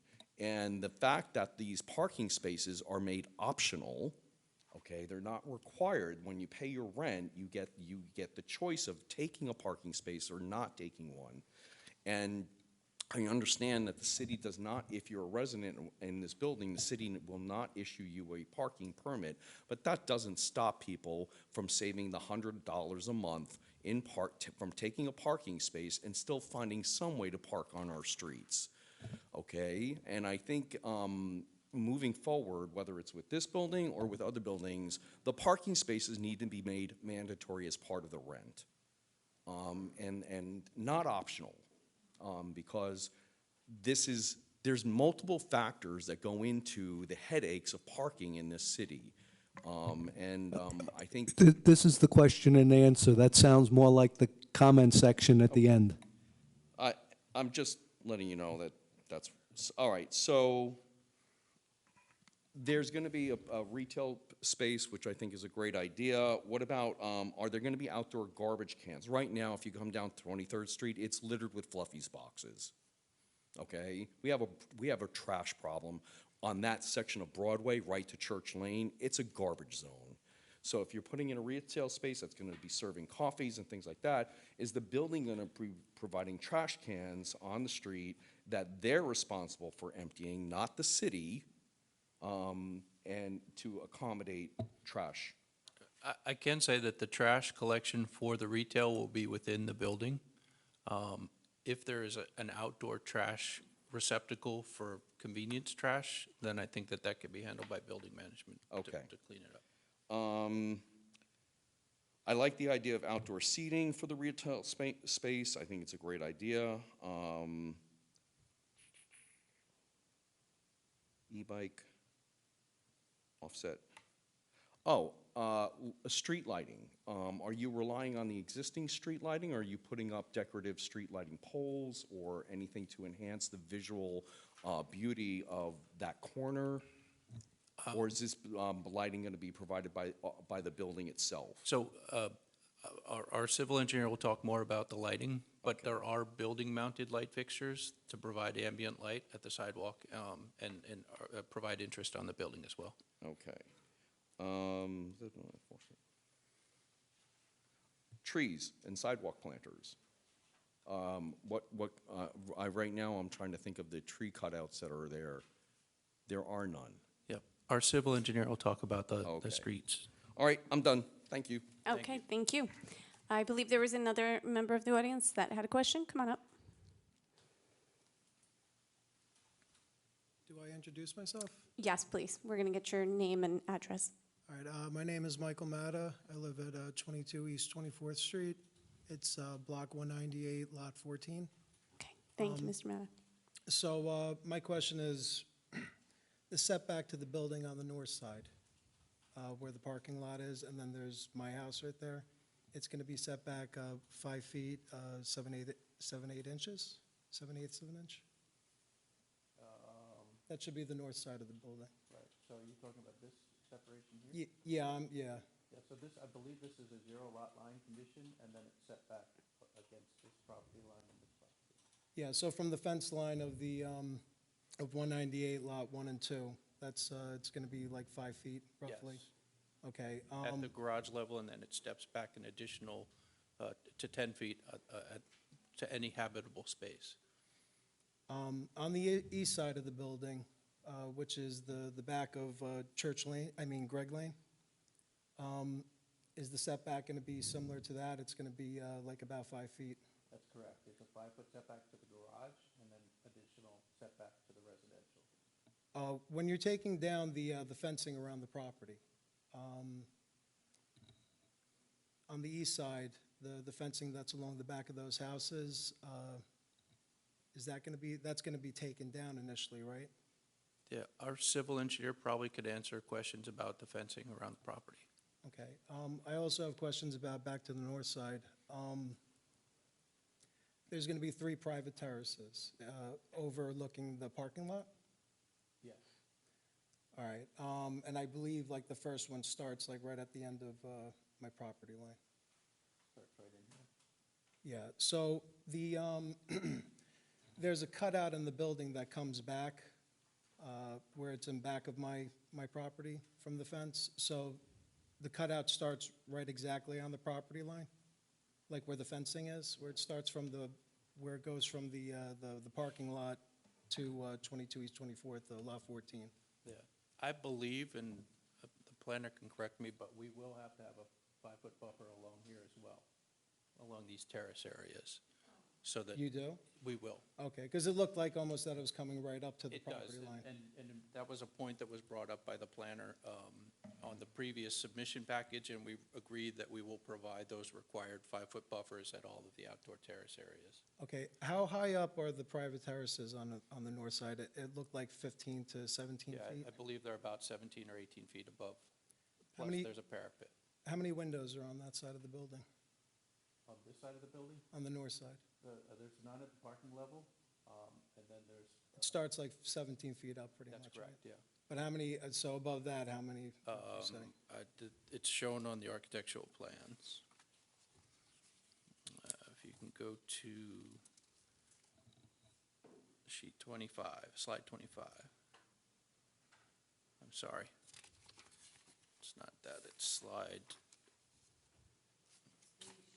20, sheet number, I want to say it's 27. Excuse me. Sorry.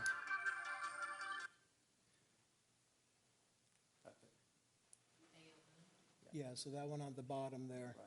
So my property would basically be where that little box is on the left, on the bottom, because I guess that symbolizes like it was gonna come back. So is that entire back wall now, is there not gonna be a cutout? Is it fully gonna go back 5 feet, all the way across the? To here, and then this is at the property. So this is the cutout behind your property. Right, but there was a 5-foot setback from my property line, and now you're saying there's also gonna be a setback from the parking lot? No, this is on the property line. On the property line of the parking lot? Yeah. Okay, I mean, I'll save my concerns for the end. It's just that, the back of my house will be looking like right into people's apartments, and same thing, looking back over our backyard. And then also the terraces where that is, I mean, I guess, like, how far up does the terrace come? Like, maybe halfway up a person? 42 where the inches wall is is? the parapet, yep. And then there'll be a planting A setback with Yep. that, yeah. with planting in it, so people won't be able to walk right up to the edge of that. There's a tree in the parking lot, right in the corner. Is that tree gonna be affected that's where the first, private terrace starts? I was wondering if that tree's still gonna be there. Is it gonna get affected when they do the building possibly? I don't, if it's not on our property. we Yeah, won't. it's part of the city property, it's in the parking lot. And we will do our best to protect that during construction. If it touches over the property line, though, you're gonna trim it back, We may have though, to trim right? it back, yep. Okay, within reason. Mhm. Right. All right, the indicators, for the driveway entrance and exit, there's something that makes a sound when it opens and closes? There is a small audible tone that goes with a strobe. I guess you couldn't answer maybe how, loud that's gonna be. I'm sure that would be worse for other people than me, maybe the entrance on East 23rd Street, like right next to Yeah. your house. Won't that be going all day long if people are coming in and out? There is another house between me and the Oh, okay, Yeah. yeah, Yeah, it's not an obnoxious noise. yeah. Yeah. And I'm sure people have concerns maybe about I know everything's on the second floor, so it's like that 17 feet up, it's gonna affect a lot of people that I guess are on Greg Lane, because it's gonna be all in the back of their houses there, where that cutout is for the amenity area. And there's, 7 or 8 terraces there? Yeah, but they're As well. set back considerably Set back from the building considerably. edge, yeah. There's a 700 square foot green roof area that keeps them away from those properties. The facade of the building on the bottom, though, is that gonna be like did you propose something different, like that new material, or is that stucco, or? At the ground levels, it's stucco. The ground levels of the building are cast stone on the front facades, And so we're proposing a true stucco system on the rear facades to replicate that cast stone. And the ventilation for the parking, that's going to come out like in a corner of the amenity area on the, It comes up through the roof, yeah. yeah, okay. Is it going to be soundproofed on the bottom? Is there going to be noise from the cars possibly, or? No, you won't hear noise from the cars. All right, well, thank you very much. Thank you. Thank you. Are there any other members of the public that have questions? Oh, okay. While you're coming up, one of our commissioners is just going to ask a quick question. Regarding the building itself, you mentioned the 56-car stacked parking. Does the building have self-sufficiency as far as generation in the case of electrical outage, in case we have a medical incident in the building and somebody's in the car? Yes, there is an emergency generator that'll be located on the roof. Thank you. Thank you. Good evening. Just going to get your name and your address. Hi, I'm Jennifer Campbell, Campel, 9 Greg Lane. So I'd just like to touch upon the parking as well, because the parking will be on the backyard of all of the Greg Lane homes, which bedrooms are all in the back of the house. So will you be limiting the size of vehicles? Like if I drive, say, a 2000 Escalade, it's very big, very high. How will you police what's involved in the parking? Will there be limitations? Not that I'm aware of. So those can fit extra large, like Suburbans and stuff for residents? Yes, the garage is adequate to support those types of vehicles. The Height. the rotating system? The rotating system, if you have an exceptionally large vehicle, you may have a standard parking spot. Building management will take care of managing how the parking gets allocated. Okay. And the noise of those structures, are they very noisy? Will we hear them outside in our yards? No, the parking system itself is incorporated in a concrete base. So basically, the base of the building is completely enclosed in concrete block walls with poured concrete slabs. So it'll be pretty soundproof. And the fumes from the cars, how will they emanate outside of the building? They would exit through an exhaust vent that goes through the roof at the second floor of the garage. Okay. So I just, in reviewing your land use planning landscape architect, I'd just like to bring attention to number 6, environmental impacts. Impacts on geologic resources. Development may have a negative effect on geological resources when the associated land disturbance creates uncontrolled soil erosion and sedimentation.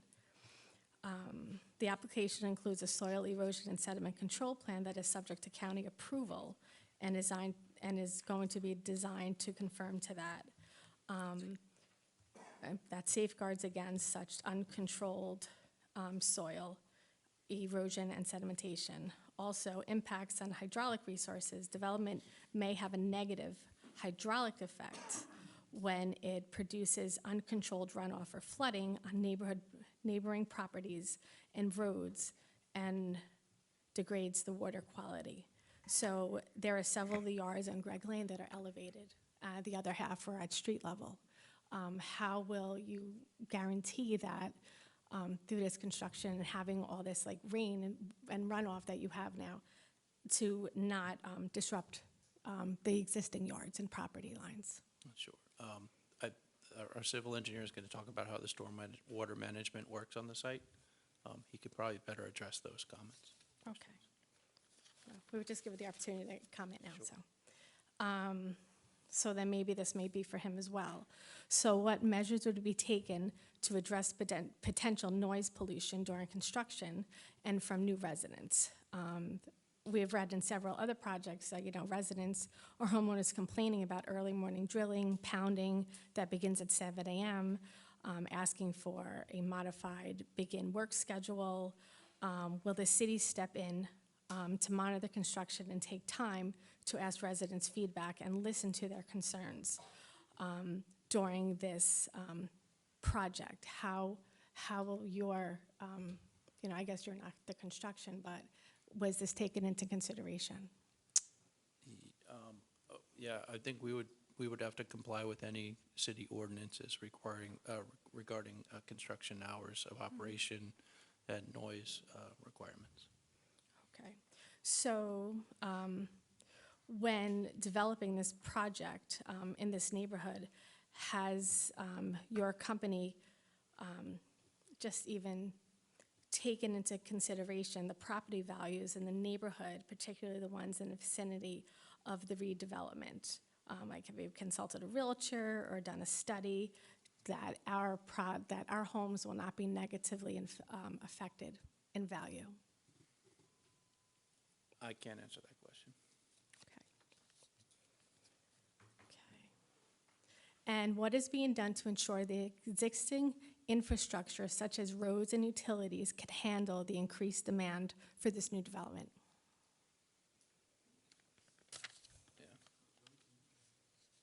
I can't answer that question. I mean, our project complies with the redevelopment plan. It complies with the bulk requirements of the redevelopment plan. It meets the intent of the master plan. And as, I know, as your company, did you feel it was not important that more residents were involved in the planning process of this project, or just providing feedback? It seems you have a green area at 700 square feet, but it's only half of the block. Why not extend it the whole way?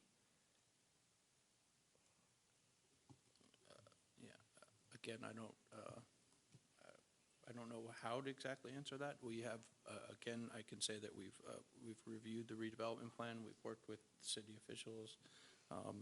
We've gone through all of the correct channels and public hearings to get here. Okay, well, this is our first public hearing. Well, we've had public hearings for. Well, for that we were notified. That's why we're, that's why we're here. We need to clear up the process. Sure. Oh, you can't yell out. Only the person at the microphone, okay? Thank you. Okay. And so, correct me if I'm wrong, but according to Bayonne ordinance, any new retail buildings, while this may not be considered a new retail building, but it will have retail stores, does the city or does the developer need to provide off-street parking at a rate of 1 space per 300 square feet of retail floor area? No. Yes or no? No. They don't. So that's not a Bayonne ordinance? It is an ordinance, but redevelopment plan takes precedence over the ordinances, and the redevelopment plan does not require them to have parking for the retail. Okay. Okay, I think I'm done for now. Thank you so much. Okay, thank you. Are there any other members of the audience that have a question? Come on up.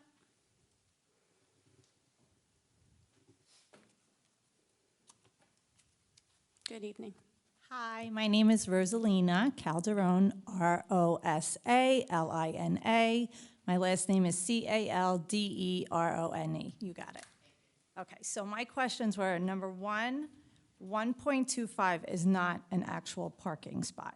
If all of you know, 1 equals 1 car. 0.25 is not another car. So that second car in that apartment does not have a place to park. Where are they parking? Greg Lane, 23rd Street, 24th Street. They're not parking where they're supposed to be parking. That's an issue. My second comment is trash pickup. Will trash pickup be the same company that the city of Bayonne uses, or will it be a different company? And what time will it be? Because the city of Bayonne, whoever you guys have that picks up the trash, picks up between 2 and 3 in the morning. Ms. Calderon, you have to give them a chance to answer your questions. Sorry, okay. Will it be the same company? It will be a private hauler. I don't know at this time who that private hauler will be.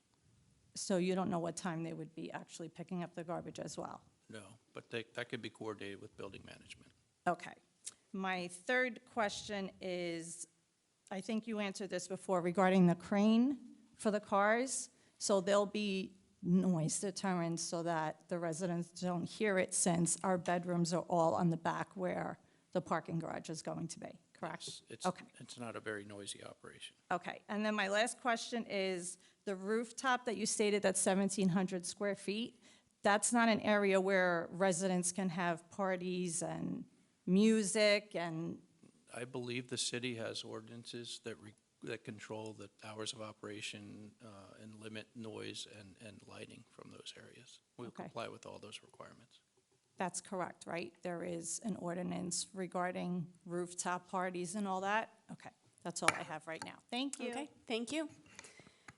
Any other questions from the audience? Come on up, sir.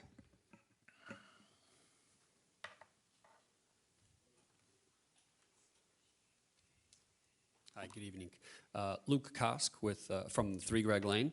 And so my question, this view here, A01, are we looking basically at Greg Lane facing, so all the houses on Greg Lane are backing into this view, the top view there, is that correct? That's correct.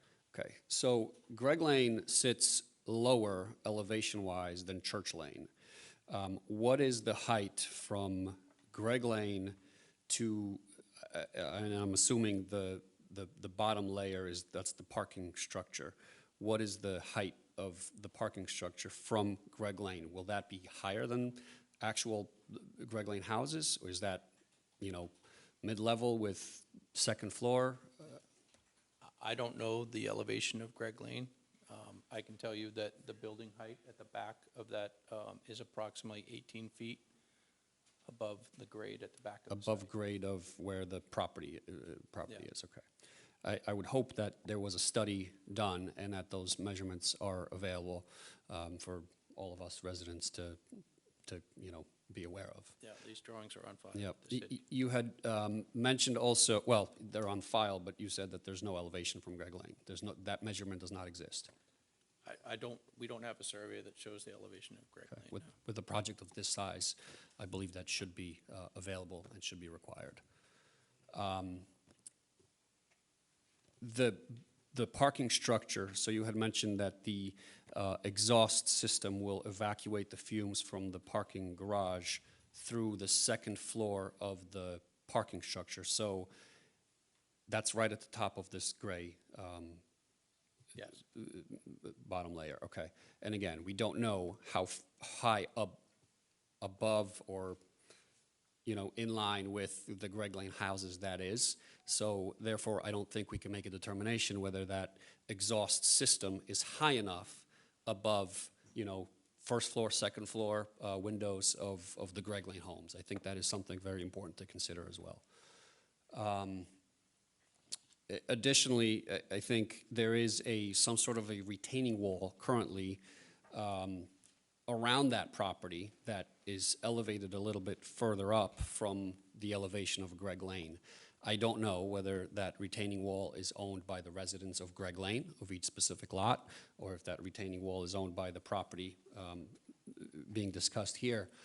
But has there any study been done on whether that retaining wall is sufficient enough for the size of this project? That's a good question for the civil engineer. Okay, that's all the questions I had for now. Thank you. Last name is Kosk, K-O-S-C. Thank you. Okay, thank you. Any other members of the audience? Come on up.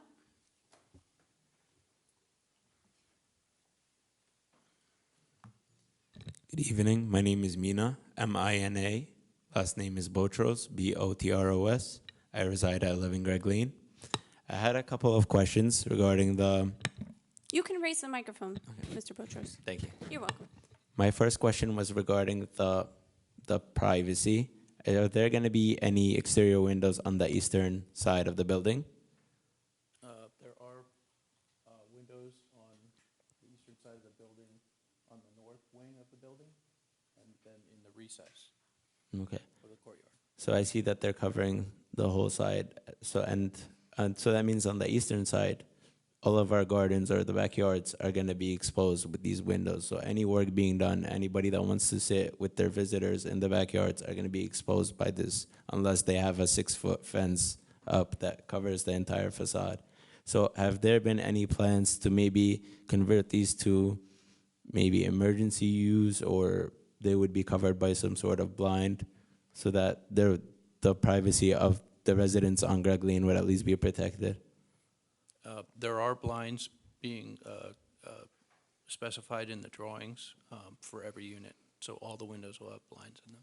Yeah, but they could be exposed at any time, and then we would they would be able to, we would be visible to anybody looking through these windows. Those blinds are not locked. They could be opened at any time. That's From correct. my understanding, okay. Blinds could be open. Second question, I saw in the development plan that was published is that despite using setbacks, there are going to be certain times of the year where we're going to be stuck in the shadow of this building and we're not going to have as much sunlight as we usually have now. Is that correct?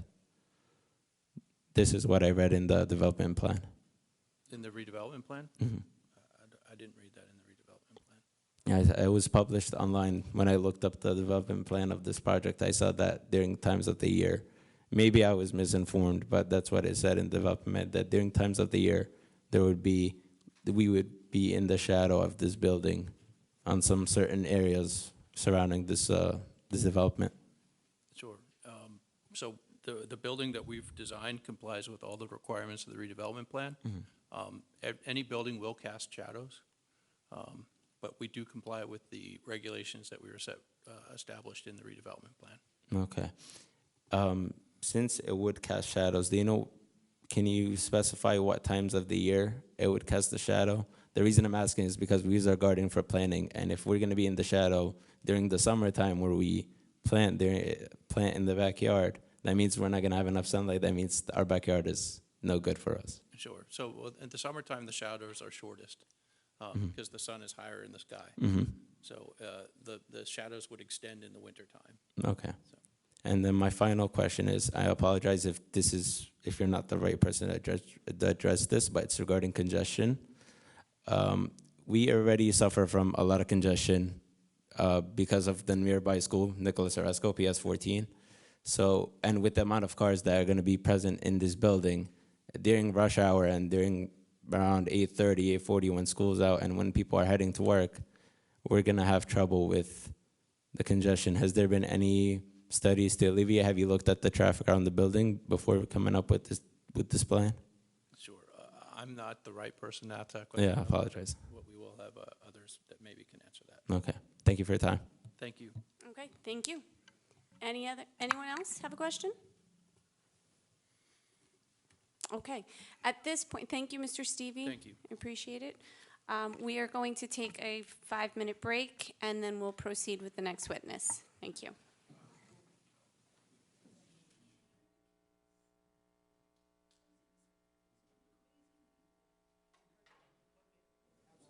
Okay, we will call the meeting back to order. We'll have a roll call, please. Yes, Madam Chairperson. Chairperson Fiamonte. Here. Commissioner Veloz. Here. Commissioner Booker. Here. Commissioner Lubach. Here. Commissioner Rhodes. Here. Commissioner Scheibel. Here. Okay, welcome back. Mr. Maselli, we'll proceed with your next witness. Thank you, Madam Chair. For our next witness, I call Mark Chisvet, who is our civil engineer. Okay, good evening, Mr. Chisvet.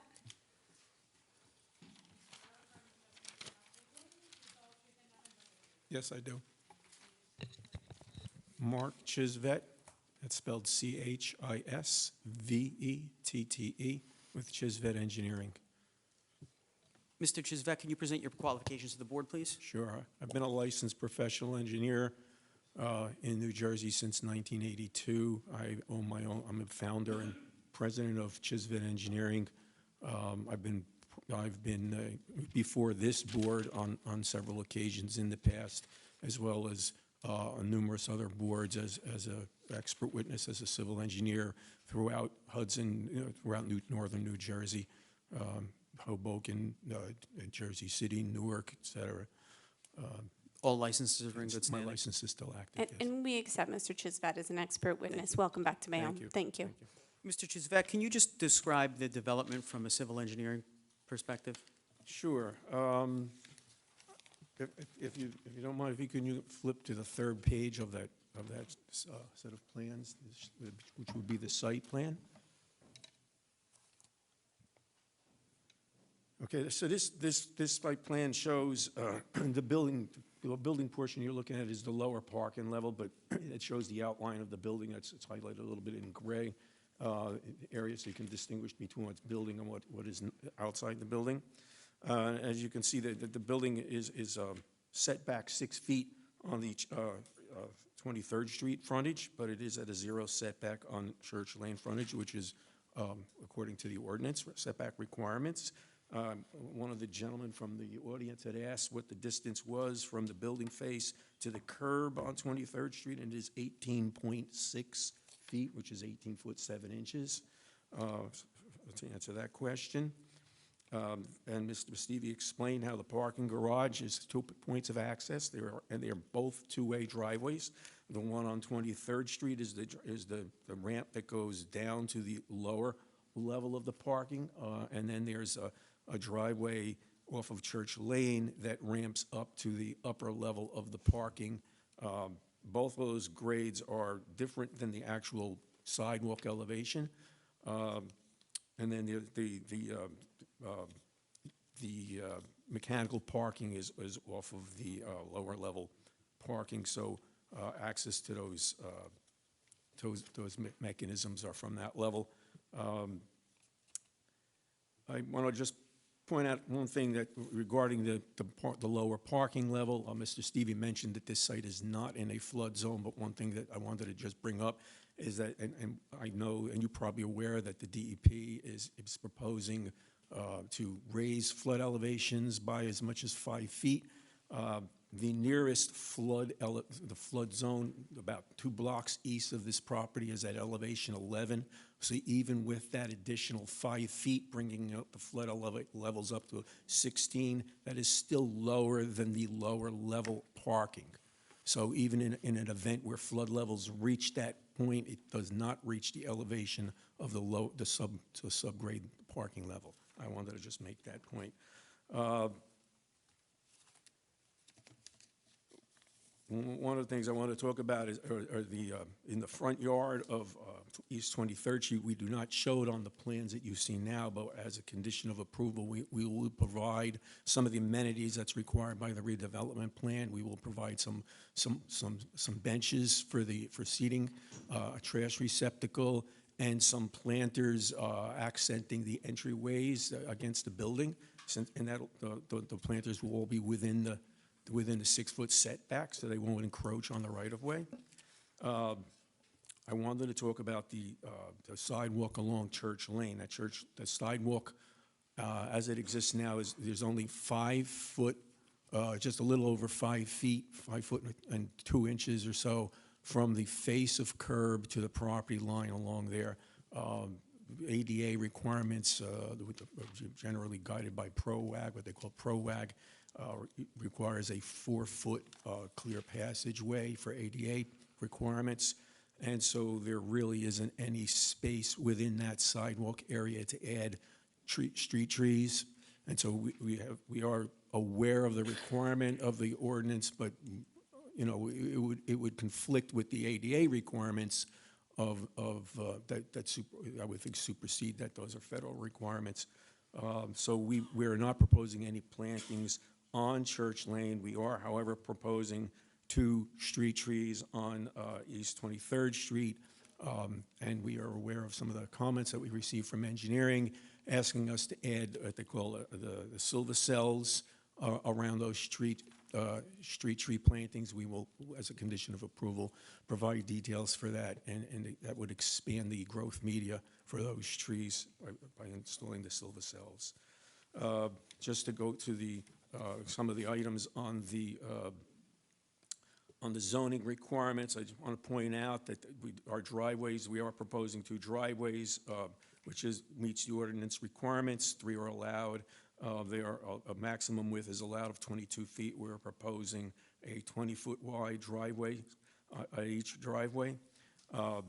As you can see on this plan along Church Lane, we are also providing a loading zone that is required by the redevelopment plan, and that's shown with the striping on this plan that you're looking at. That also is very close to the trash area, so it gives a place for when trash pickup arrives, place for the truck to stop, and it is going to be a private hauler, so that can be coordinated with the hauler. At that point in time, when the truck arrives, you can go into the loading space and they can bring the trash out to the truck. So it won't be sitting out on the sidewalk waiting for trash pickup, especially since the sidewalk is only 5 feet wide.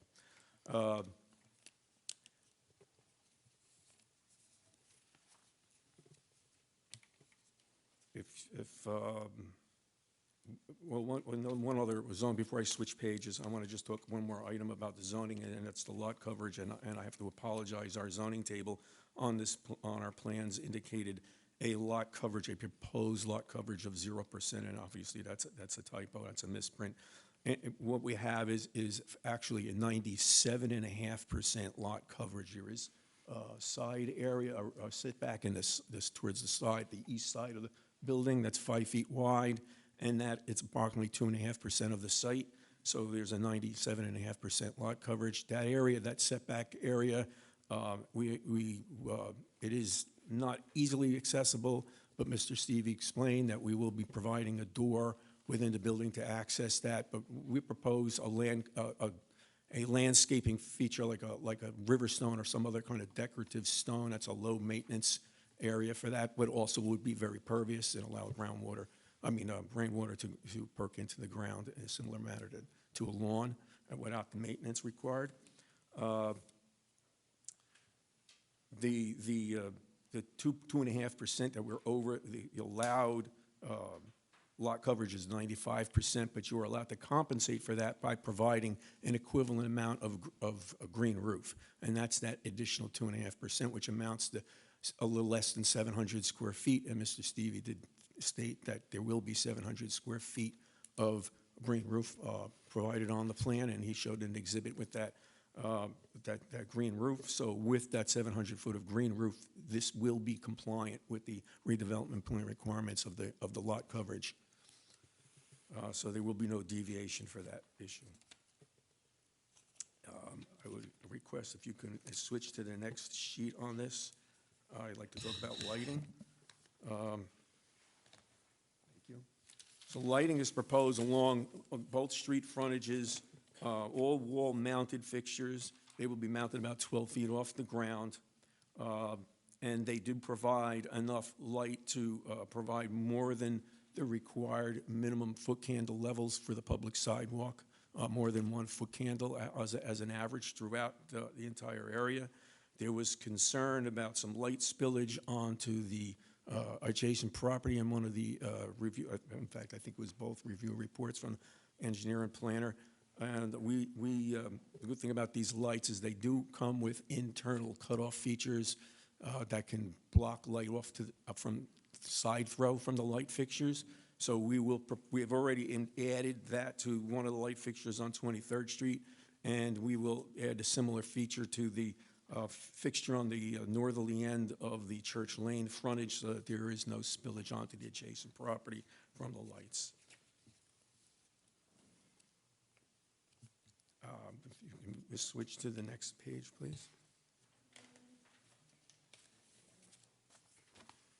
This is the utility plan and the grading plan. All of the proposed utilities will be from the East 23rd Street side, water, sewer, storm as well. We are proposing an underground detention, not underground, but it's under the ramp that goes to the lower level of parking. So we are proposing a cistern underneath that ramp, and that cistern will collect all the stormwater from the entire roof of this building, which is almost the entire site, and that will be detained to meet requirements of the redevelopment plan. Now, by definition of the RSIS, this is not a major development, but the redevelopment plan requires that stormwater management be retained in a manner as if it was a major development. So that means that for the 2-year storm, we reduced the peak runoff to 50%. For the 10-year storm, we reduced it to 75%. And for the 100-year storm, we reduce it to 80% of what's existing now. And that will be met with the proposed system. And that system will have a structure, like an oversized manhole structure that's in the setback area in front of the garage entrance underneath the sidewalk. And that will regulate what leaves the detention system, and the runoff through that control structure will then eventually discharge into a manhole on the combined sewer over in the center of East 23rd Street.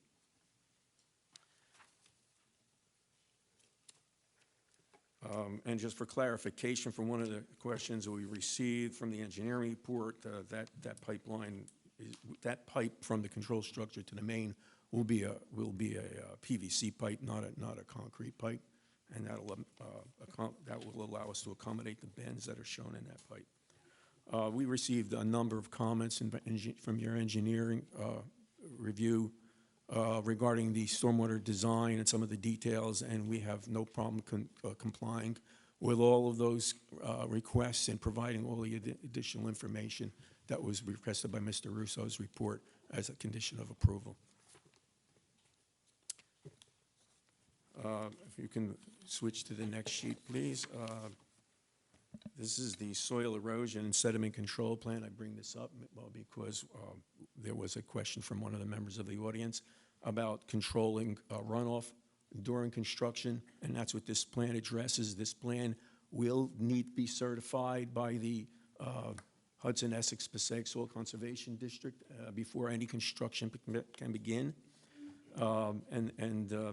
This plan shows how silt fence will surround the property to prevent silt and mud from running off onto the street if it rains while it's under construction.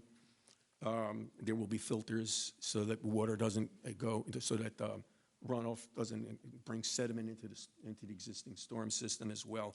And this will also be inspected at regular intervals by the Soil Conservation District while construction is underway. I think at this point, I'll just open myself to questions. Mr. Gisbet, if I just can, the streetscape requirements, there are various zones that we have to comply with in terms of clear zone, tree zone, frontage zone, those things. We comply with all that. That's in the redevelopment plan. We comply with those requirements, correct? Just going through the planner's report, he wants to work with us on the type of tree species, or would we agree to that as a condition of approval? Yes. Do we agree to do decorative sidewalk in front of the main and secondary entrances and also to show color stamped concrete at the site driveways? Yes, we do. Do we also agree to mill and overlay from curb to curb and, on East 23rd Street and on Church Lane from curb to center line? Yes. We agree to the contribution for traffic signal preemption, correct? That's correct. There's an area, a 5-foot area east of the proposed structure that the property owner, that there was a question raised about what property owner access.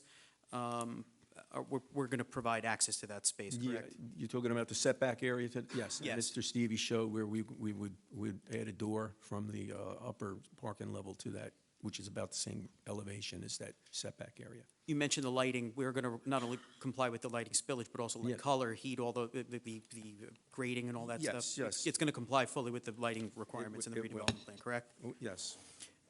We are proposing 3000K LED, which is sort of a soft light. That's what's proposed. All right, just going back to the planter requirement for Church Lane, you said Church Lane is 5 feet, right?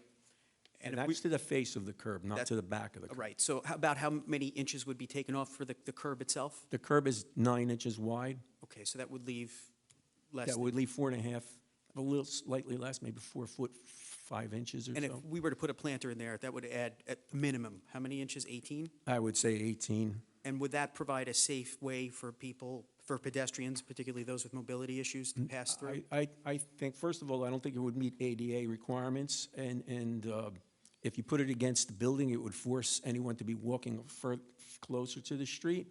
And, you know, I know ADA requirements requires a 4-foot walking path, but I think from a safety perspective, I would not include the curb in that. That's getting very close to the edge of the road.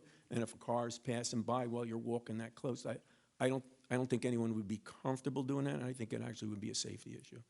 And is it your testimony that that might actually violate a provision of the redevelopment plan that requires the site sidewalks to be designed in a safe for pedestrians, including those in wheelchairs? Yes, that's true, and the redevelopment also requires that we cannot reduce the width of Church Lane.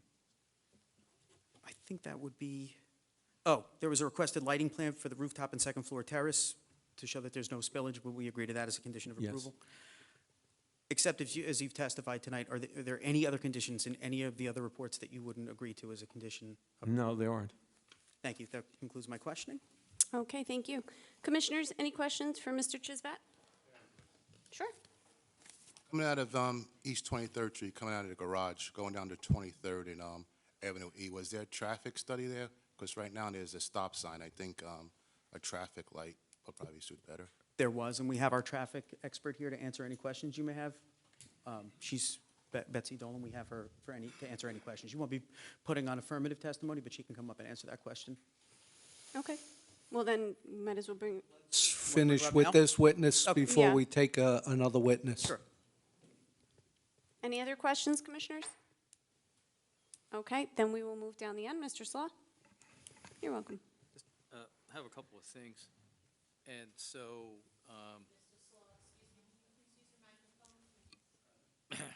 I have it pressed. You may have to adjust the microphone itself. Low talker syndrome. Anyway, I do have a concern about the river rock on the outside of the building, because it really will depend on how well that's maintained.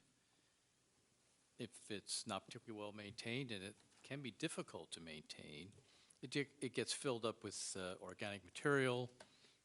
You'll have sand washing off the stucco that'll be around that side of the building, which can fill up the voids. And it may be fine for, 5 years, maybe longer, but eventually that'll fill up unless it's effectively vacuumed to maintain the voids and allow the water to drain there. So it can become, in fact, impervious over time.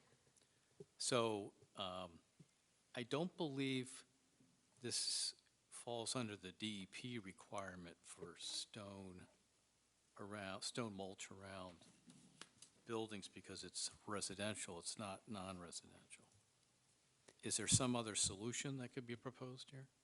Well, it could be a more conventional type planter, soil and mulch, but even that would require some maintenance. You'd have to cut the grass, We're open to whatever the board feels is more appropriate there. It could be, I would hesitate to just put grass there because then it would be a little awkward to bring mowers in on a regular basis, but it could be done there. We are providing a door there.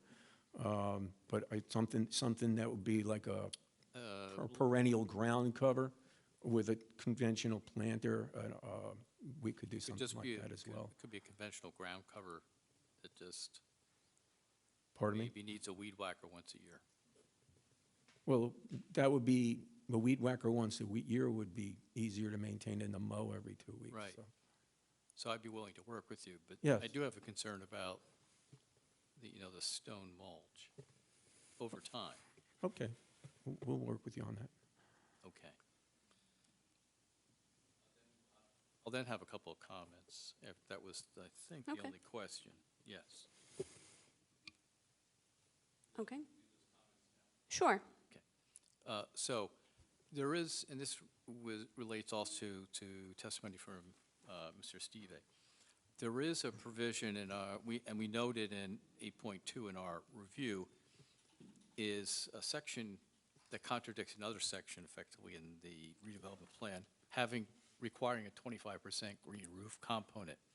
I think that's an error in the plan. I think that was a holdover, and the green roof requirement was only supposed to relate to the impervious coverage increase. So it would be appropriate for the board to grant a design exception for that. Okay. Reading through that, I think it was mistakenly left in the plan when it was adopted. And then the second piece has to do, I agree with the assessment of the ability to put planters on Church Lane. The thought when the plan was being prepared was that the building might well have pilasters and indentations where you might have windows or things of that nature. And so in between the pilasters, which are effectively like square columns in the facade of a building, in between those you could have planters not interfering with the path of travel. But here, There are no indentations in the building except where you have entrances. And obviously, you can't put planters there. So, given the design of the building, I agree that it's appropriate, notwithstanding what our report says. From the testimony, I agree that, that it would be appropriate for a design exception for planters on Church Lane. Okay, thank you. Mr. Russo? I have Any no questions. I was going to mention about the planters also, but Brian just brought it up. Okay, thank you. Ms. Mack? Okay, thank you. At this time, we will move, I'll have Mr. Chisvet take Mr. Maselli's place at this microphone, and then we will bring up any members from the audience. I know there were a few of you who had some questions that were deemed more appropriate for the engineer. They may have been answered by Mr. Chisvet, however, there may still be some questions. If anyone has questions, now is the time. Come on up. Keith Gallant, 25 East 23rd. I noticed there's a 5-foot buffer between the property lines of Greg Lane and on the 24th, the property at on 24th, but yet I'm not afforded a 5-foot buffer on my backyard. That building comes right up to my property line. Do you have a question for Mr. Chisvet? Why don't I get a buffer of 5 feet?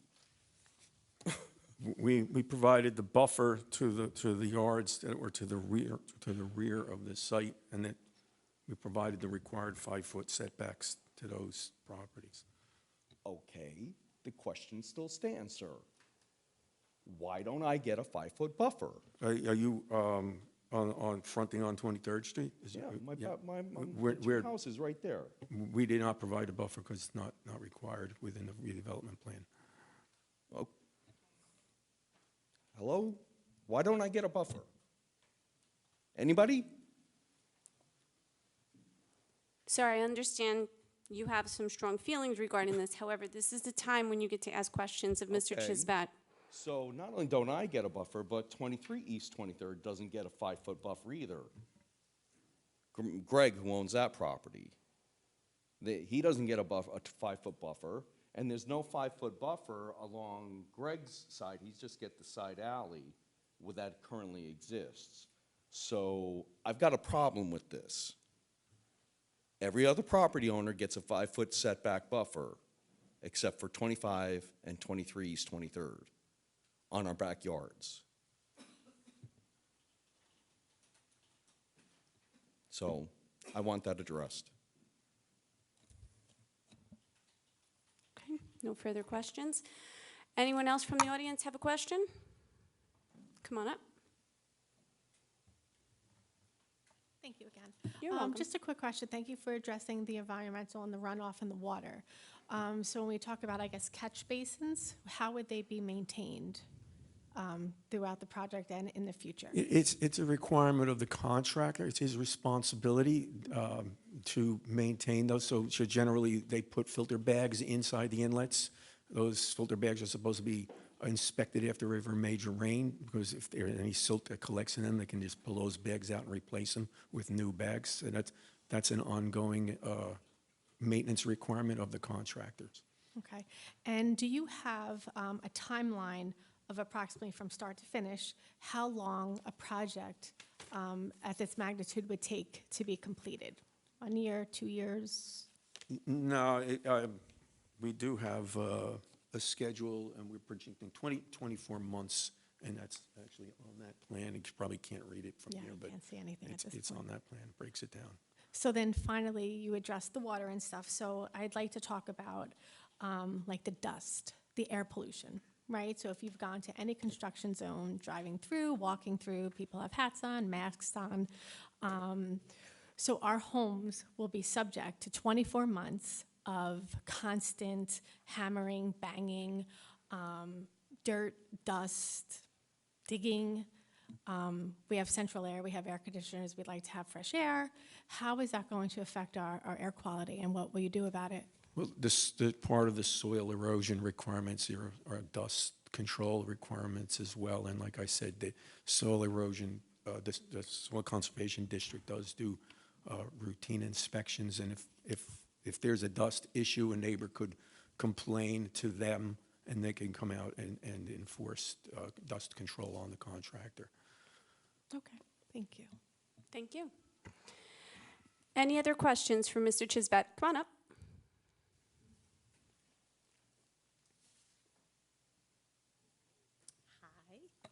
Okay, so my first question is, will you be repairing and redoing the sidewalk on all of Gregg Lane after this project is complete, since you will be working on repaving on 23rd Street and Church Lane?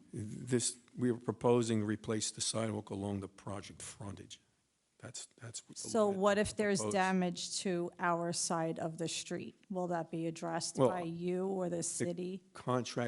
If the contractor is responsible for damage, he would have to do the replacement. But if there's an existing condition that's not along this project's frontage, it would not be it would not be part of this project. Okay. My next question is, the lights on the rooftop, will they be bright and shining onto the bedrooms of Gregg Lane housing? That will have to be controlled, the design of those lights, and we will have to submit plans for review as a condition of approval to show the extent that those lights, so that they don't spill out onto the adjacent property. And that was one of the concerns, even with the wall-mounted lights that we're showing along the sidewalk, and we did alter some of those fixtures to. So they will to not shine prevent- all night, right? As far as hours, I'm not really, couldn't tell you what the hours that those lights will be on, but they have to be designed so they don't spill off the property. Okay, so that's TBC, right? That's, That'll be to be confirmed because you don't have an exact idea of when they will be on and off. I don't during- have any knowledge of the hours of that those lights will be on, no. Okay. And then the other thing was, when Jennifer mentioned the air quality and soil erosion, and you said there would be routine inspections, is that based off of a resident complaining, or will that be done often? And if so, how often? In this Well- 2-year time period? Yes, the inspections are done by the Soil Conservation District staff themselves, and I don't know what their schedule is and how often they will get out there, but they do respond to individual complaints. So if there is an issue, any of the neighbors can call that office and ask them to do an inspection. And they can levy fines if the contractor is not complying. Okay. All right, that's it. Thank you. Thank you. Anyone else have questions for Mr. Chisbett? Come on up.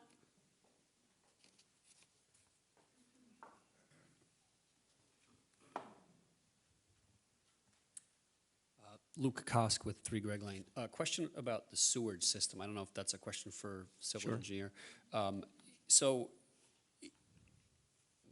which sewer system, I guess, would the building connect to? Would it be a sewer system on 123rd Street? Would it be on Church Lane?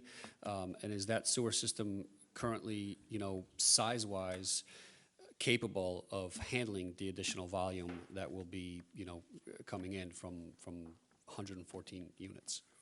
To answer the first part of that question, it will be connected to the storm system, with the combined sewer system, rather, that's in 23rd Street.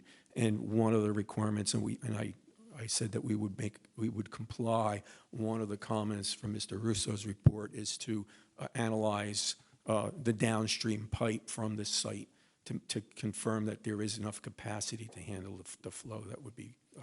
And that's a comment for the stormwater? Well, it's or both, really, it's because both. it's a combined. But it's combined, so it all Yes. travels together. Yes. Okay. It's combined in the street. It's separate pipes from the building, but they Okay, go but into it the runs same into the system. same. And we don't know currently what size of that sewer pipe is It's a in the street? it's a 15-inch pipe, existing pipe, the main, That sounds, and we will be, not like an I said, engineer, we will but be. it sounds like for, a 15-inch pipe is typically for residential areas, 2-family homes. I've had my sewer back up on Gregg Lane within the last 14 years that I've owned the home, and I'll tell you, it's not fun. So, 114 units, I just don't know that sewer system is capable and sufficient enough to handle the additional volume. And not only from your building, but obviously there's other buildings in the neighborhood that have been built over the last 5 years or so, and that's already straining the system. So that's my concern. I understand your concern, and that I'm sure that's why we've been asked to analyze that system. Just so you understand also that when you have a combined source system, the storm pipe is usually grossly oversized for the sanitary flow. The real time when it becomes more of a concern is during the rain, and when it rains heavy, 95% of the flow is runoff from storm, not sanitary flow. So it is, and I'm not saying it can't back up, but more than likely when backups occur, it occurs when there's a heavy rain. Right. Well, I just hope that the city and the board, looks at that and addresses it appropriately when approving this project to make sure that the system is sufficient enough to be able to handle that building. As I said, we will be analyzing that pipe, and also, as you recall, we are providing a detention system so that the runoff from the proposed site will actually be less than what's coming from the existing property. Thank you. Okay, thank you. Anyone else have a question? Okay, thank you, Mr. Chisvat. I know there was one quick question, I believe. I think Mr. Maselli is going to have his traffic Yeah. engineer testify. Okay, perfect, thank you. Commissioner asked. Good evening. Yes, I do. Elizabeth Dolan, D-O-L-A-N. Ms. Dolan, can you present your qualifications to the board? Yes, I have a Bachelor of Science degree from Rutgers in Civil Engineering. I'm a licensed professional engineer registered in New Jersey since 1992. My license is in good standing. I've testified in over 250 municipalities throughout New Jersey. I've been accepted as a traffic engineer. I have not been in Bayonne since before COVID. I had done a lot of work here before COVID. My partner, Gary, has been here more recently, but I've also had the opportunity to review traffic, parking, and DOT aspects of site plan applications on behalf of planning and zoning boards throughout New Jersey, and I'm a member of the Institute of Transportation Engineers. Okay, thank you. We accept you as an expert witness, Thank and welcome you. back. Thank you. Ms. Dolan, you did a traffic analysis for this project, correct? Yes, we did, dated April 8, 2025, and it was part of the materials reviewed by Mr. Russo. And you heard Commissioner Rose's question about the congestion on. Sure, and that's certainly understandable given the nature of the area and the short blocks between intersections. I believe the question may have been whether or not a traffic signal was warranted. And based upon the volumes that we collected, we did do traffic counts. The adjacent intersection at Church Lane would most certainly not be, would not qualify for a traffic signal. There's very specific standards set forth in the manual on uniform traffic control devices with regard to the volume sustained over several hours that would qualify for a traffic signal. And the traffic associated with this development is well below 100 trips in an hour, and that is considered significant. So we are somewhat of a low generator without taking credit for light rail use. Thank you, ma'am. The specific location was 23rd and Avenue E. And Avenue E, yeah, Yes. we did not count, we didn't go out that far because of the nominal trip generation. But, so I can't speak to the specifics of that being warranted. But again, it would not be warranted as a result of our analysis because our analysis shows no changes in the operational characteristics at Church, which is the closest intersection to the site where the majority of site traffic is going to be. And we're looking at a contribution of approximately 25 to 30 trips in a peak hour at the Avenue E intersection. So that wouldn't be considered significant or warrant that. If it was something that was warranted under existing conditions, that would have to be studied through a series of traffic counts over several hours. I guess I disagree still. That block is busy now. Sure. With the stop sign there, and I think with the additional, development there, I think it's going to get a lot worse, so. Right, I understand. Certainly, as I said, I did not count the existing conditions, so I can't speak to the traffic volumes, but that would have to be a separate study, and it would also have to be evaluated based on other signals along the corridor. That's fine. I guess we can look into it, or maybe try and look into it, at least. Again, the applicant's traffic is a nominal contribution, and again, we did analyze the closest intersection and found no negative impact. Okay, thank you. Given that we have her up, we'll see if there are any other questions. Are there any other members, any commissioners up here that have questions for Ms. Dolan before we open it up to the audience? Okay. Ms. Dolan, if you wouldn't mind going to Mr. Maselli's spot, just in case there are any members of the audience that did have a question specifically regarding traffic. Of course. Anyone wish to come up and ask a question? Sure. Keith Gallant, 25 East 23rd.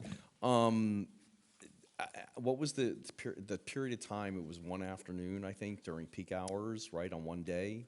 Yeah, we counted traffic at the intersection on Wednesday, February 19th, 2025, from 7 to 9 in the morning and from 4 to 6:30 in the evening. Okay, so there are two monitoring periods. That's correct. Okay. I think for residents, the issue, if you've been on 23rd Street, 23rd is about 4 cars wide, and then the minute it passes Greg Lane, it bottlenecks into a much smaller roadway. And I also think some of us have always, because speeding is a problem on that section of 23rd as well. I think the fire department had a problem with speed bumps going in there because it's it's a designated fire road. So I don't know about, I mean, I read the traffic study, and because it shows the cars turning this way and that way and the percentages, and it's all on a graph, so I did look at it. I'm concerned about the retail space because we already have a problem on Broadway with double parking, and double parking on 23rd, if there's a retail space there, could also pose a problem, especially as people are trying to turn right out of Greg Lane and come down across Broadway heading towards Avenue E. So that might be a problem for safety issues as well. Well, I think some of those types of issues exist, and it's the urban nature of the area, because I know people were getting picked up and dropped off different times I've been through the area, and I had to wait. That's a short-term double park, short-term. The retail space that's being proposed, we talked about a coffee shop. We're really looking to have a tenant there that's going to cater to the pedestrians, to the residents, people going to and from the light rail. So and because the redevelopment plan doesn't require, and we're not proposing parking, it's a small space that's really looking to support the local area. Okay. Are you guys the same developers who are doing Mount Carmel? Some of them. Okay. Because with Mount Carmel also being redeveloped, right, we don't really know the traffic impact until we have occupancy at Mount Carmel. And how many units are at Mount Carmel? I don't know. So I think, to your point, sir, we may have to take another look at the traffic numbers at the intersection of 23rd and Greg Lane as Mount Carmel starts to fill with occupancy. Is there a question before or is this the comment period? I mean, Betsy's up here. She's here to answer questions. Okay. And just to address that, the additional traffic studies, presumably, just so everyone's clear, when a redevelopment plan is adopted, all these things have been considered by the professionals, by the planners, by the city council. So by the time it gets here, when it's a permitted use, we don't get into traffic generation. Mike? I'm just saying, I Right, know, but we're getting far afield from question answer. But you made an objection I'm about him objecting going because- far right, afield, because the and now statement is you've wrong. gone far afield. Save That's that. right. Save that for the commentary, Mr. I Gallant. will when he does. Fair enough. You. I understand his criticism. I'm not offended, okay? I get where you're coming from, so. Stick to the questions, Mr. Gallant. Don't talk to Mr. Maselli. Just talk to All right, Ms. done. Dolan. Thank you. Okay, thank you. I believe there was another question in the back there.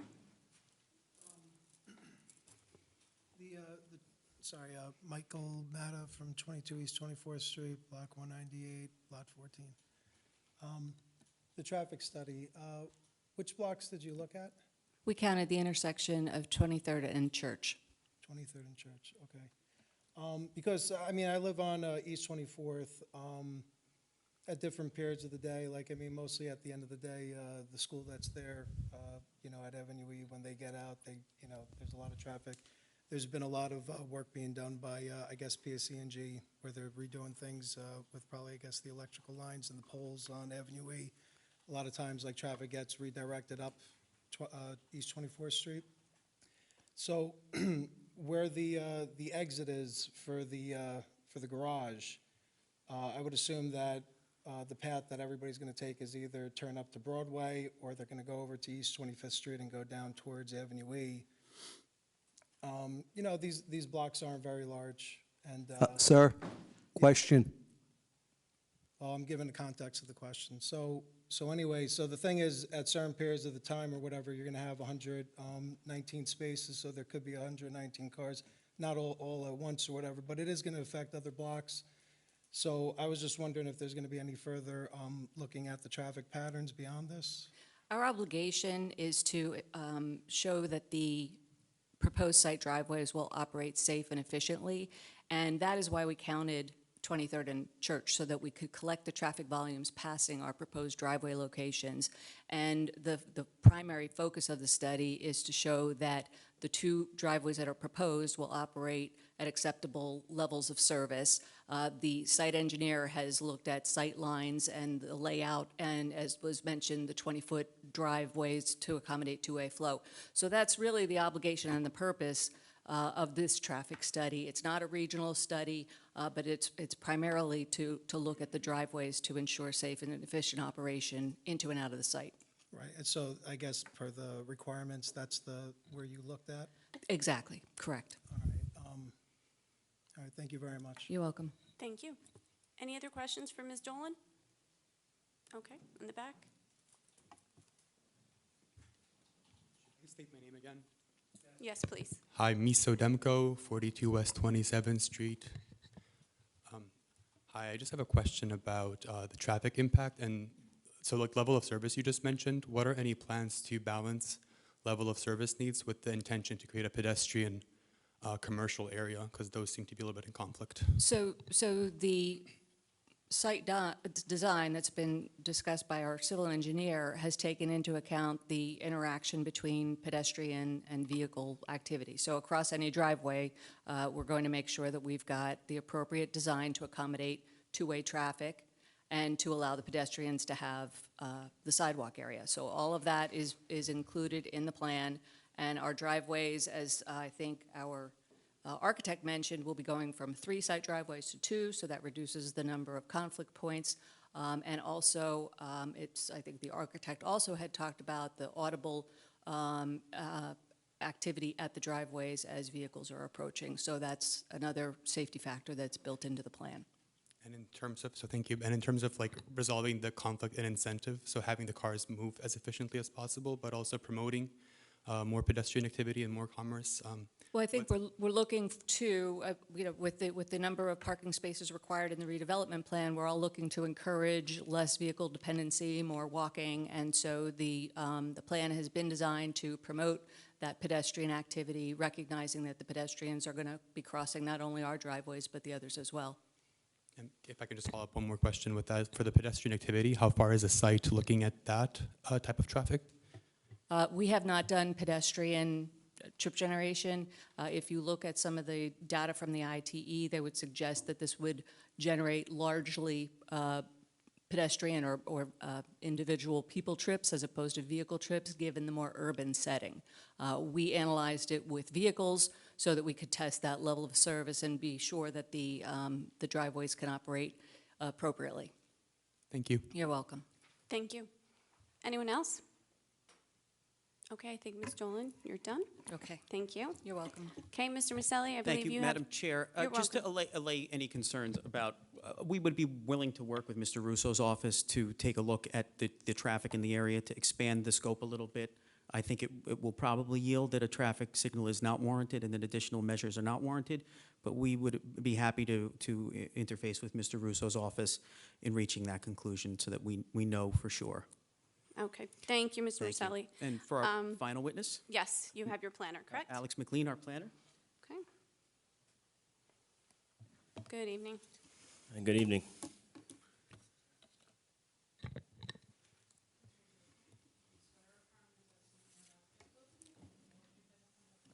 I do. Yes, my name is Alexander McLean. Mr. McLean, can you present your qualifications to the board, please? Yes, I hold a master's in city and regional planning from Rutgers. I am a member of the American Institute of Certified Planners, and I'm licensed by the State Board of Professional Planners. I have not testified before this board, but I have testified before towns all over the state. Okay. We'll accept you as an expert witness, and welcome to Bayonne, Mr. Thank McLean. you. Thank you. You're welcome. Mr. McLean, have you done a zoning analysis for this property? Yes, I've taken. What relief is needed, if any? After the testimony you've heard from our architect, from our various professionals, what relief remains? Well, it's whittled down quite a bit. So right now we're looking at the consistency in materials in all elevations. Particularly, there's the issue of the hardy board as not being an approved material. We've looked at, we're talking about a deviation from the aggregate green roof requirement of 25%. Residential entrance location, which I believe was acceptable by the professionals, the board professionals. But we have, it's like we also have satisfied the planners, the issue of the planters on Church Lane. So we're really looking at three design exceptions. So we're looking at the materials, we're using hardy board and stucco, right? And those are not permitted materials, correct? Correct, yeah. We're not putting planters on Church Lane, right? Mm-hmm. We think that would be a safety issue. Mr. Slough acknowledged the 25% aggregate green roof probably shouldn't have been in here, and that what we're providing is what was intended to be provided. Yep. And then with the residential entrance location, I think Mr. Slough also expressed support for that. So really, it comes down to the materials, right, that we really need to talk about, Yeah. and the planters. So Right. are these materials acceptable in their locations? Do they meet the intent of the ordinance, the requirements for this, the design of this building? I believe so, and it appears that the board planner is also agrees that this project, at least overall, it meets the intent of the redevelopment plan with regard to the design. And are those materials that we're talking about, are those, as Mr. Stevie testified, better for the location than other materials that we could use? Does it create a lighter sort of feel in those areas of the building? I believe so, and it's consistent with what was there existing with the existing church facade. Yeah. And on the planters, you agree with the prior testimony that it would be an unsafe condition to put planters on the Church Lane right-of-way, correct, in the Yes, travel path? Right, especially with respect to the ADA issue, yeah. All right. Do you agree that these conditions are reasonable and within the general and intended purpose of the redevelopment plan? I believe so, yeah. Just turning now to RSIS. RSIS usually applies to parking, but the RSIS doesn't apply to this project, right? Because it's mixed use, is that right? That's correct, yeah, it focuses on, would it focus on the residential component of the project, and, yeah. And we're in an urban environment, correct? And so. Right, and we're meeting the parking requirements, so, yeah. Right. We also have access to public transportation, very close access, correct? 3 minutes away, we'll walk, yeah. And the city has adopted a separate standard by adopting the redevelopment plan, a separate parking standard than one that's set forth in the RSIS, right? Correct, yeah. So is it your professional opinion that all these deviations, these very minor design deviations, should be granted by the board? Yes, it satisfies the positive and negative criteria of the municipal land use law. And it achieves, yes, the overall goals of the redevelopment plan. So, I mean, it satisfies the balancing test in terms of demonstrating that the overall benefits outweigh any detriments, and that this project is in compliance. It doesn't result in a substantial detriment to the public good or an impairment to the intent and purpose of the zone plan or zoning ordinance. So, and it advances all the goals identified in the redevelopment plan. So, yes. All the uses, principal uses, accessory uses, they all comply with the redevelopment plan, correct? Yeah, this project was basically built to specification, or designed to specification in the Yeah, except for development those plan. very minor design exceptions, correct? Correct, Okay. yeah. That would conclude my questioning. Okay, thank you. Commissioners, any questions for Mr. McQueen? Okay, we'll move down the end. Mr. Slaw, any questions? Questions? Okay, thank you. Mr. Russo? Okay, Ms. Mack? Okay, thank you. We're just going to move to questions from the members of the audience. So, Mr. McQueen, if you just take that microphone in case there are questions. We've heard testimony of the planner. This will be an opportunity to ask questions to the planner. Once we've concluded with those questions, then comments regarding this application can be made. Are there any questions for Mr. McQueen regarding his testimony? Okay, thank you, Mr. McQueen. All right, Mr. Maselli, just hold on 1 minute. We're going to get the audience comments, okay? Mr. McQueen, thank you. You can have a seat.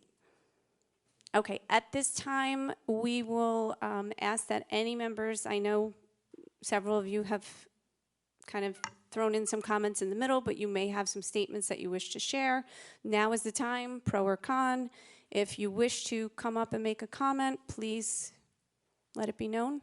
Anyone wish to make a comment? Sure, come on up. We just have to get you sworn in. Yep.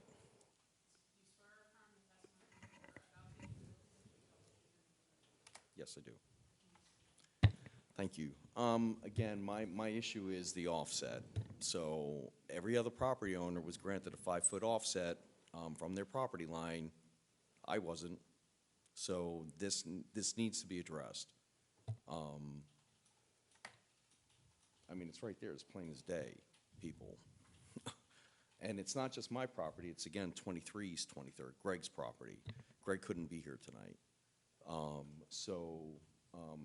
That is, I mean, that's one of my biggest concerns, is that every other property that butts up against this has got a 5-foot offset, and I don't. So that's my biggest concern right now. Okay, thank you. Anyone else wish to make a statement? Come on up.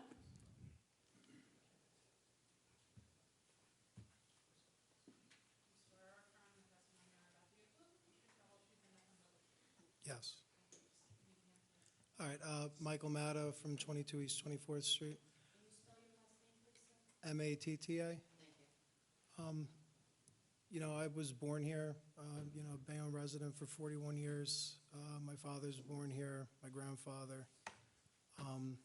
We've lived on the, you know, our house was part of like urban renewal back in the 70s. We lived on the same exact property that existed before there. I believe we've lived there for over 80 years, maybe up to, you know, I don't know how much. And, you know, Bayonne's changed quite a bit. There's been a lot of building. You know, the church that I was baptized in, my parents got married. My, you know, grandparents, you know, served as parishioners. St. Joseph's was on Avenue E, and the church sold it, and they knocked down the building, and adjacent, across the street to the property was the parking lot, and they created these big high-rises. I think it's one thing when, like, you know, you build like a high-rise on the main avenues, but, you know, this is going to be squarely like right in the middle of a residential block. It's a very intrusive structure. It's 6 stories high, and it's going to affect every single person that's living there. May even cause people to move away. I think there's just, you know, been a lot of priority given more to future renters that, you know, don't even live here yet, over the people that have lived in Bayonne all their lives or have been living here for a long time. So I just wanted to, you know, state that to this council to let them know, like, how important, you know, I believe in this. And I'm going to probably die in Bayonne on that same property. So thank you. Thank you. Anyone else? Come on up.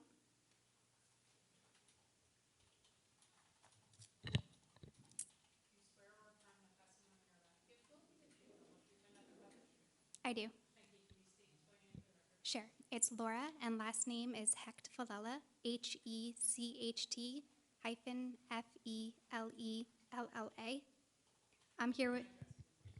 I'm here today with my brother-in-law, Mr. Michael Matta, at 22 East 24th Street.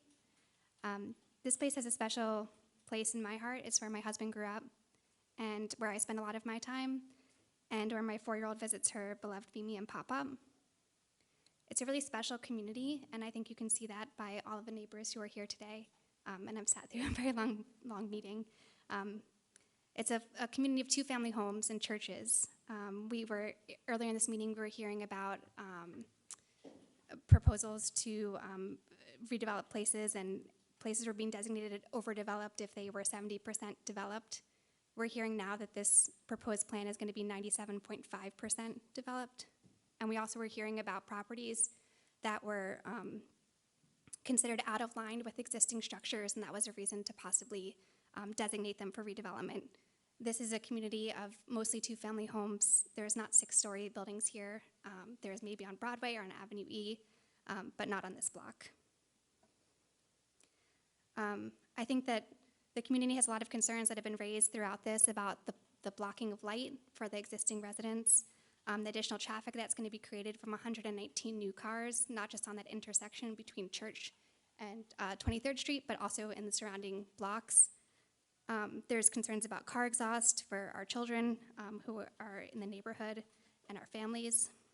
And I think it's importantly undeniable that adding 114 or maybe 250, depending on how many people are living in these units, neighbors to a relatively small community is going to change the very fabric of that community. I just want to raise the fact that a lot of people here today, this is the first time they were receiving a formal notice about this plan, and it sounds like there was a lot of communication that was happening between the developer and the board and the city, and we're hearing kind of the final stages of deciding on planters or kind of facade, but the kind of bigger project of whether or not a 6-story building should be put in this neighborhood was not really given input from the community. And I would just really encourage this board for this project and for future projects to think about how to engage the community more so that we can be involved in the beginning rather than the end. Thank you. Thank you. Anyone else wish to make a statement?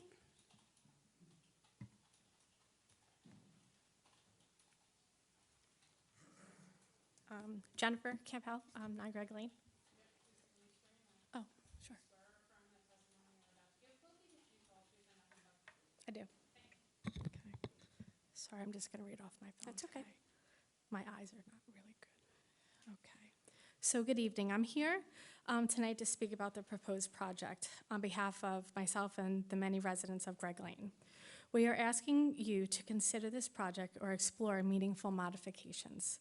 Many of us feel this project was treated as a done deal long before the public was given fair chance to weigh in. A preliminary investigation was apparently signed off in or around 2023 with little to no detail about what the project would actually involve. It wasn't until just a few weeks ago that residents received the required 200-foot notice. Our neighborhood, built in 1975, has always had a close-knit, small-town feel, until now.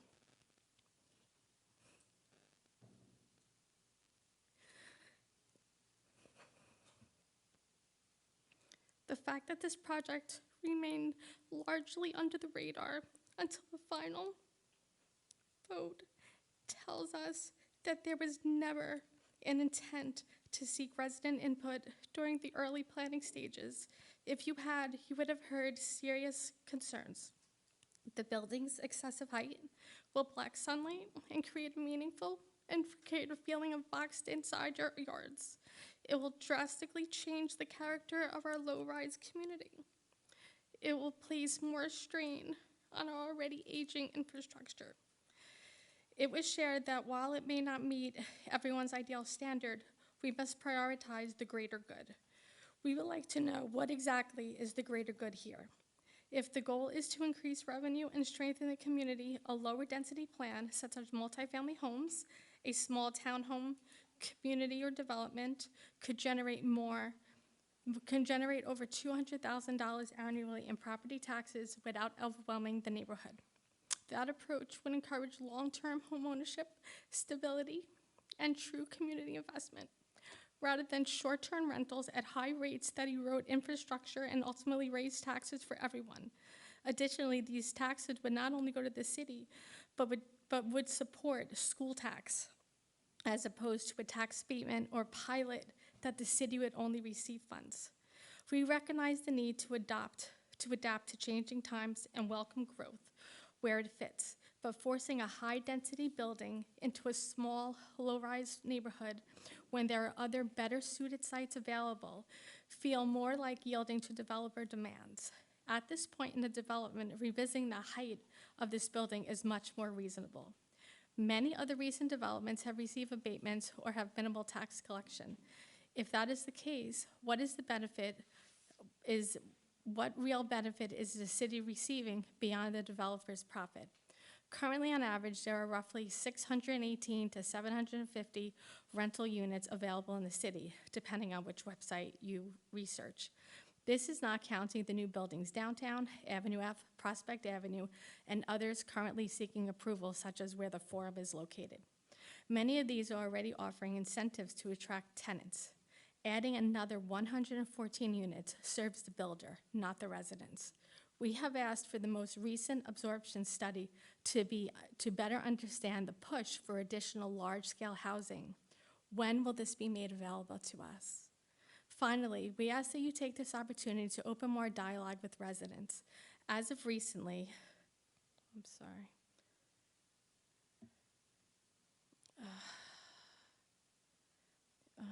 more dialogue.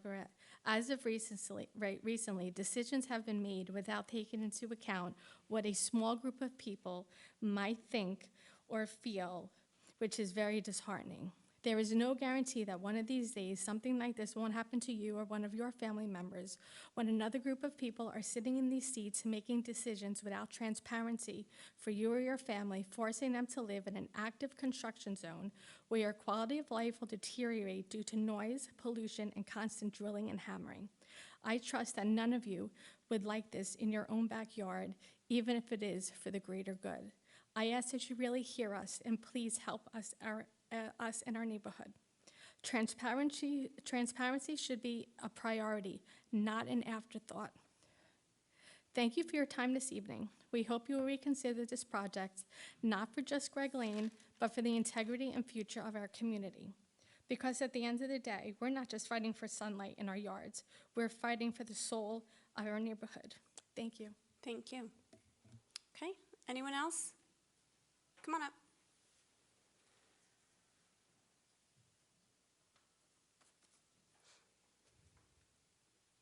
Hi, Rosalina Calderon.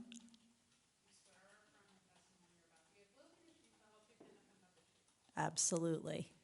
Okay. I just like to say that I 1000% object to the 6-story high-rise for the following reasons: proximity to private homes, the lack of sunlight and privacy, traffic and parking, infrastructure stress, and safety. And I want to say that this apartment building does not belong in the quiet residential area located in the heart of the city off Main Street, Bayonne. I think it would be better off if Bayonne actually considered building 2-family homes where you can bring families in and actually make the community a better place. Developers have no interest in this city. It's all about the money. I grew up in this town and I lived here for 30 years. I had to leave because I couldn't afford to live here. I want to tell you that it was an amazing block, an amazing town. The schools were excellent, Broadway was booming, and there were plenty of memories. And it's slowly fading away because we're being a sellout. I want to tell you that my uncle, Gaetano Alessi, built Greg Lane. And my family moved there as soon as I was born in March 1976.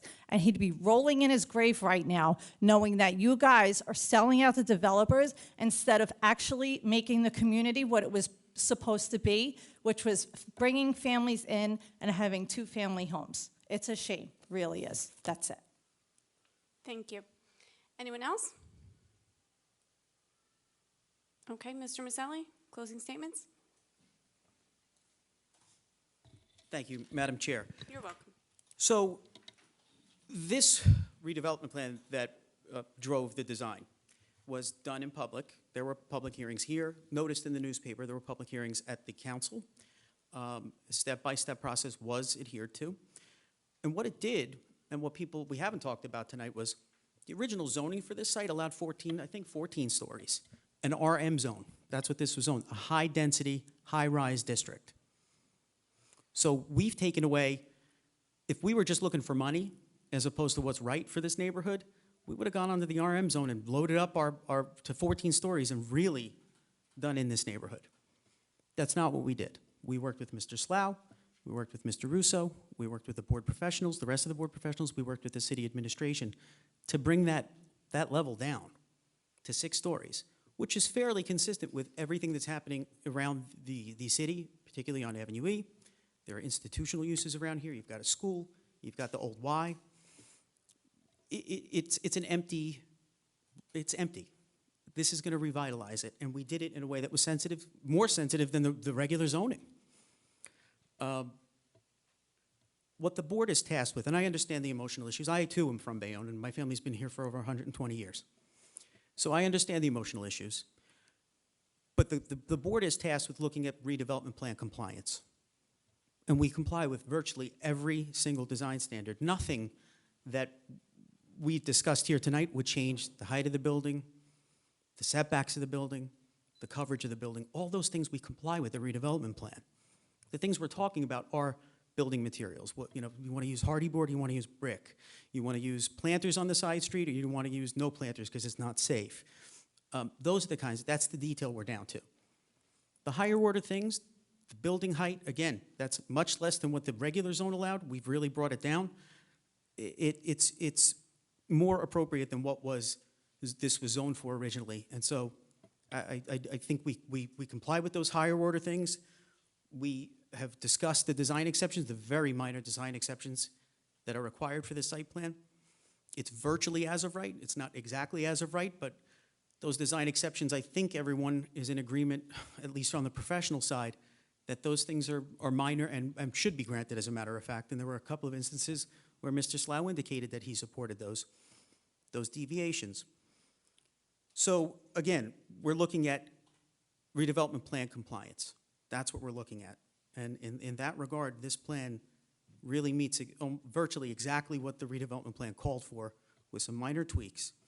And so we would ask that the board, again, we understand the traffic study issue. We're willing to look at that with Mr. Russo. Whatever, we will leave it in his good hands as to whatever traffic control needs to be in place. We will leave that as a condition of approval, and Mr. Russo will have final say over what should and shouldn't go there, based on his professional opinion. All that being said, this is compliant with every use, height, bulk, lot coverage, setbacks. Everything is compliant. And I would ask that the board approve this project. Thank you. Okay, thank you, Mr. Maselli. Commissioners, we've heard a lot of testimony this evening. We've heard questions and concerns from the community. We've heard from our planners and engineers on our end. Any comments, anything that anyone wishes to share on the record before we move this to a vote? Anything? Yes, I have a comment. Sure. This is my first time at a planning board meeting.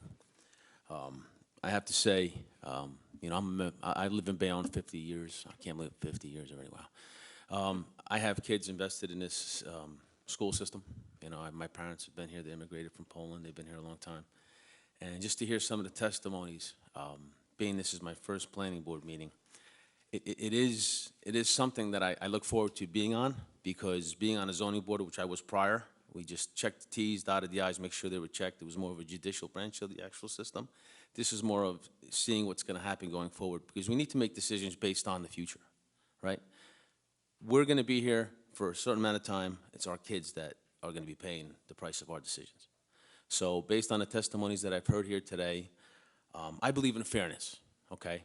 And I will respectfully abstain from voting on this, because certain things that I personally feel, offsets were mentioned, traffic plan studies. Redevelopment is a good thing, but within reason. So, thank you for. Okay, thank you. Anyone else wish to comment regarding their thoughts on this project? Commissioner Veloz? I believe that this project is in compliance with the development process. However, my concern is like everybody else, traffic. Within 2 years that they probably complete this project, traffic will be chaos in Bayonne. That's personally my opinion, due to the fact that streets are narrow and so many people moving into Bayonne. So it's my concern, the traffic. However, like I said, everything compliance with the redevelopment process. Okay, thank you. Commissioner Booker? Okay, listen, excuse my voice. I've listened to the comments from the public and the professionals, and again, I agree. I am a lifelong resident of Bayonne. I was born here, raised, educated, went away to college, military, came back. Development is inevitable. I heard someone say recently that the neighborhood that you're living in, at one point in time, that is part of a redevelopment program back in the 70s. So, I mean, moving forward, development is a good thing, to echo some of the comments on the board. However, it's inevitable, okay? It's inevitable that development's going to take place. I'm not going to sit here and go back and forth. Smart development is a good thing, okay? So what I'm thinking is a lot of the concerns that the neighborhood has, the professionals have been willing, and since I've been on this board, have been willing to work and compromise with the people in the area. So I'm not going to say, you're not going to make everybody happy, and that's one of the issues here. The one question I am going to propose, the gentleman here that says he's the only one that didn't get the setback, I'm concerned about that because, I mean, if he got the 5 feet setback, would that, sway his decision on what he's proposing here and saying about this project? I think it's a good project. I've watched it step by step, and I don't want to belong to the conversation, but I really do. My sentiment to you, your motions and the neighborhood, I get it. My neighborhood also has been going through a change. I lived on the east side of 18th Street and Avenue E, and I've seen the development. I'm not going to knock it. These are some hard decisions that we have to make, and as the gentleman said, for the future. Listen, we're not even going to be on this board for a long period of time, so I have to weigh my options and my decisions in terms of what I think is best for the city, okay, and the residents, and that's where I stand. Thank you. Okay, thank you. Commissioner Rhodes or Commissioner Scheibel, is there anything you wish to share before we move to a vote? Yes, I just want to say I'm also new on the board. I wasn't here from the beginning. Hearing the testimony from the community, yes, it is touching, but I understand we have to prepare for the future. I wish I was here in the beginning because I could have raised some more points that, that I didn't have the chance to really raise today. I mean, with that being said, I'm just going to abstain and not vote tonight. Okay, thank you. Commissioner Scheibel?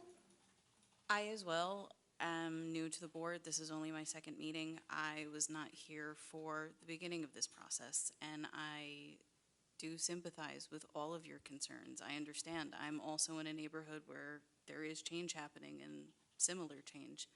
But because I was not here for the beginning of this, I also am going to abstain. I don't feel, with everything that's been presented and not being part of the full process, that I can vote on this. Okay, thank you. Okay, with that said, I would consult with Mr. Campusano for moving forward. Well, we need a motion Okay. and a second, and that motion and the second should be in the affirmative, and then the commissioners who are going to participate in this should vote either for it or against it, being that it's in the affirmative, with the condition, because we're doing it in the affirmative, that the applicant work with the city engineer with regard to the traffic study. Yes, okay. And also, I just would like to just add, hearing what fellow commissioners mentioned, it is a hard place to be in because we're watching a city change, and change is inevitable, and, we can't always make everybody happy. However, to follow up what Commissioner Booker did say is that, having sat on this board, we know that the professionals do continue to work with our city professionals to ensure that any of the comments that come up at this evening's meeting are addressed, because I did hear, I wrote several pages of comments, and I did hear comments regarding the lighting, ensuring that that lighting doesn't shine into backyards, that, there is a traffic study, because I do agree that, we have a busy area. There's a big difference between when school lets out versus when school's out.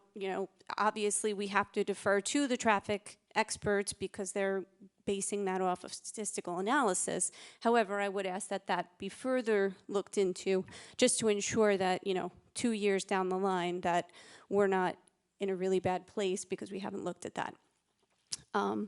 However, with that said, I just want to make sure that all of those items are on the record, and that as we move forward with a vote, that we're aware of that. So I would motion to approve, since we're moving in the affirmative, and then we'll need a second.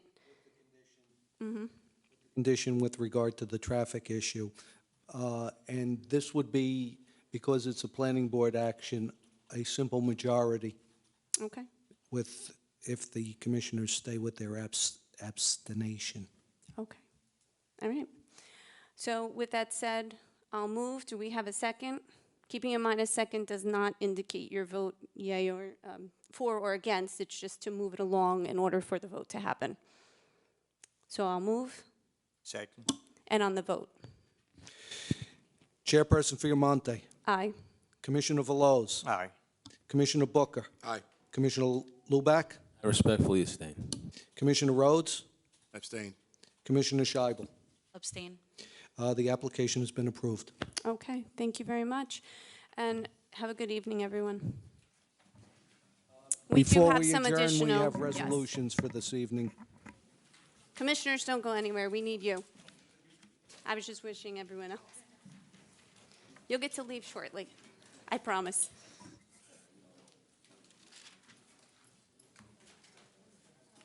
Give me a minute. I have to get to my script.